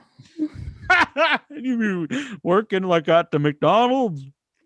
No. I don't want to go swinging with the swing man. Is he really a mellow escort now, or I don't know. Are you thinking about purchasing him? I just didn't know. I get these Facebook ads all the time from Cameo. It comes up and it's like, Cameo, Mother's Day's coming up, a perfect gift for Mother's Day, and it's like, get your mom like a cameo with Virgil. The other day was literally, this isn't a joke. It was like, your mom would love a cameo with Steve Lombardi. And I was like, my mom wouldn't want that. Imagine if that's what I got my mom for Mother's Day. It was a video of Steve Lombardi wishing her a happy Mother's Day. You'd probably find it funny, I guess. One was Violent J. Violent J. Yeah. It's like, come on. Like, that's when I get my mom. Who would your mom want to be wished happy birthday from? Is there maybe anybody? Like Razor Ramon? Yeah, she was like or Diesel. Diesel's probably her favorite, but either one. She really liked Diesel. Big Daddy Cool. Kevin Nash. Maybe he'd do if I was to pick a wrestler, anyone, it'd be like Freddie Mercury, but that's not going to happen. I don't know if there's any wrestler my mom would even know who they were. She'd probably know Hulk Hogan was. Yeah, but like when he was on TV, I was like, "What do you think about him, Mom?" And she was just like, "He just needs to grow up."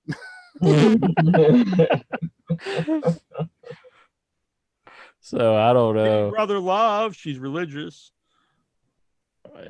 She's Brother Love. He's like a con man, though. This is OIB. I love you. No, she won't want that. I can't think of any like wrestling person. You'd make a good Brother Love if you maybe Tyrus. Maybe Tyrus, because I think she's always watching Fox News, so she'd probably know who Tyrus is. I barely. Would he send her like inappropriate texts after? Why has he been doing that or something? Yeah, that's what he got in trouble for. He did? Yeah. Oh, I don't remember that. We talked about it on the show. Was this recent or from WWE? No, on Fox, when he's on the news. Is he off the news now? Yeah. I thought he was still on. We talked about this on the show. I think we just talked about it like 2 weeks ago. So this is recent. It wasn't recent, but we've talked about it for like years, I think. I just don't recall. I'm sorry. Well, I guess we can't do Tyrus then. So. As Tyrus or as the Funkasaurus? Probably Tyrus from the news, but I don't know. I think he's kind of like the personality on the show from the little bit that I've seen him on there. So I don't even think she knows him that well. She likes Greg Gutfeld, so that's all I know. She likes watching the Five. I don't know who that is. Yeah. Well, he's on Fox News, so I wouldn't expect you to be that familiar with him. But I don't really watch any of the news, so I don't. Jason Mitten, who is the greatest Impact World Champion ever? Galgo says Tyrus is still on Fox News. He did not get punished. So. But that mean that happened though. Yeah, I'm sure it did. I don't doubt it. But what was the question again? Who's the greatest Impact World Champion ever? The greatest Impact champion ever. AJ's up there. AJ would definitely be up there. Probably because like he went on to WWE and they just didn't totally shit on him like they did Samoa Joe. I would say Samoa. I think they used him great. I'm surprised. Yeah. I think probably one of the maybe the best of the modern, like a guy from another company of modern time. Mm-hmm. I mean, you got Daniel Bryan, but I don't know if it was like he's known as a Ring of Honor guy, but I don't really consider like a big jump. But, and it seemed like right away they wanted to use AJ. I'm surprised they've used AJ so well. I actually think AJ's improved in WWE. I think he's a better all-around performer because he's a better character. Yeah. That's one guy I don't think you can, say that WWE's missed the ball on. And I'm surprised because I would have never guessed that. Mm-mm. He's a smaller guy, Southern. Yeah, I guess AJ would be the top one. Owl, when was the last time Intra farted in his cat's face?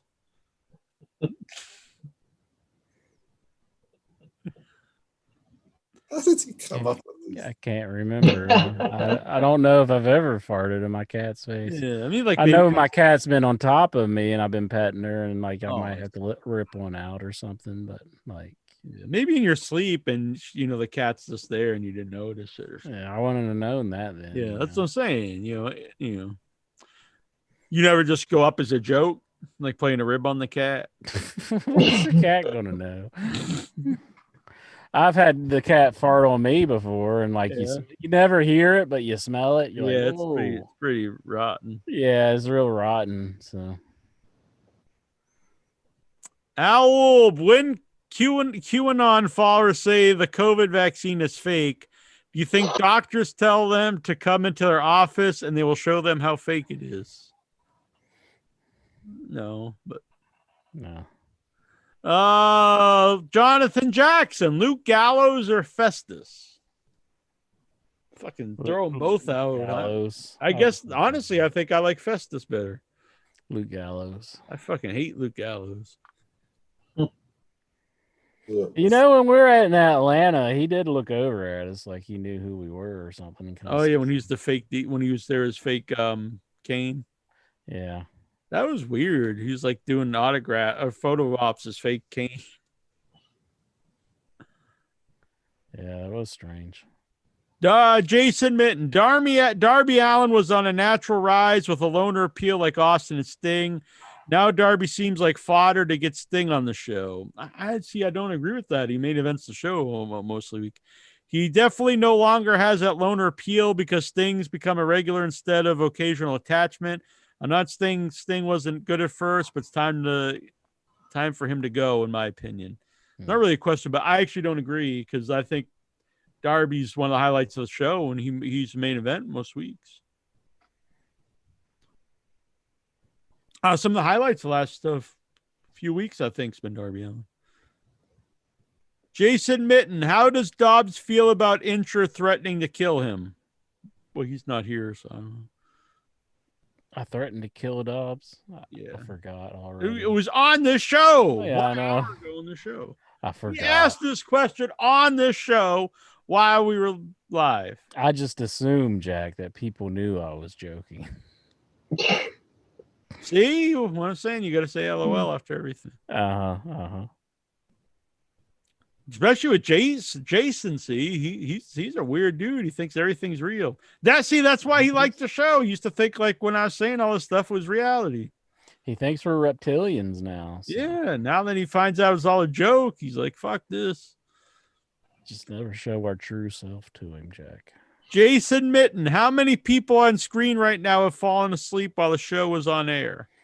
Songman's almost there. Yeah, I'm almost there. I'd say Steven's asleep right now. Lexar's asleep right now. Vic looks like he's good to go. I don't think he's not. I only had 3 hours passing out. of sleep, but I think I've had my second wind here. I'm pretty caffeinated at the moment. I had to get up early to do an interview, and I stayed up way too late. I shouldn't have stayed up so late. Yeah. Alrighty. Well, that was good. Was that all the questions? All of them. Bam. Anything else you want to go over? See? Marks thought you're going to break us tonight. Yeah, what a bunch of bucks. Didn't happen. All right, let's get out of here before the stream catches up and they start asking more questions. All right, check out Without Your Head live Thursday night. Dee Wallace is back. We had her on 2 weeks ago. It was cut short because she even apologized if we heard stuff because the next door neighbor was getting the trees cut. And about 20 minutes in, she disappeared. We found out they actually cut her line, and she lost power. But so she's a great person. Dee Wallace coming back live Thursday. It'll be very good. Record an interview with Ashlyn Yenny from the Human Centipede 1 and 2 about her new movie Antidote. That will be up on the website very shortly. So check that out on withoutyourhead.com. And we're currently in 6 weeks of The Werewolf, where we're interviewing a lot of people from werewolf films. The Ashley Yenny one is not from werewolves, but it's a fun interview. It's cool to catch up with her. And until then, we'll be live here next week, Tuesday, here 9 p.m. Eastern, 6 p.m. Pacific on iWatchWrestling.com. Subscribe on the YouTube. Hit the bell icon so you get all the notifications when we go live. If there's a new show posted, follow us on Twitter. Follow us on Instagram. Join the Facebook group. Follow us everywhere you can find IYH Wrestling. Subscribe on iTunes, Spotify, wherever you get your podcasts. Leave us a rating and a comment, and I will read them here on the show. Also, start leaving comments here on the YouTube page. There's a lot of comments in the chat, which is very cool. But actually, when the show's over, leave some comments there, and I will read last week's comments on next week's show. Excellent. Which is tonight's show. I'll read next week. Just leave comments, and I'll read them on the show. Let's get out of here, Incher. Let's go. Night. See you night, folks. Thank you all for being the Headyverse.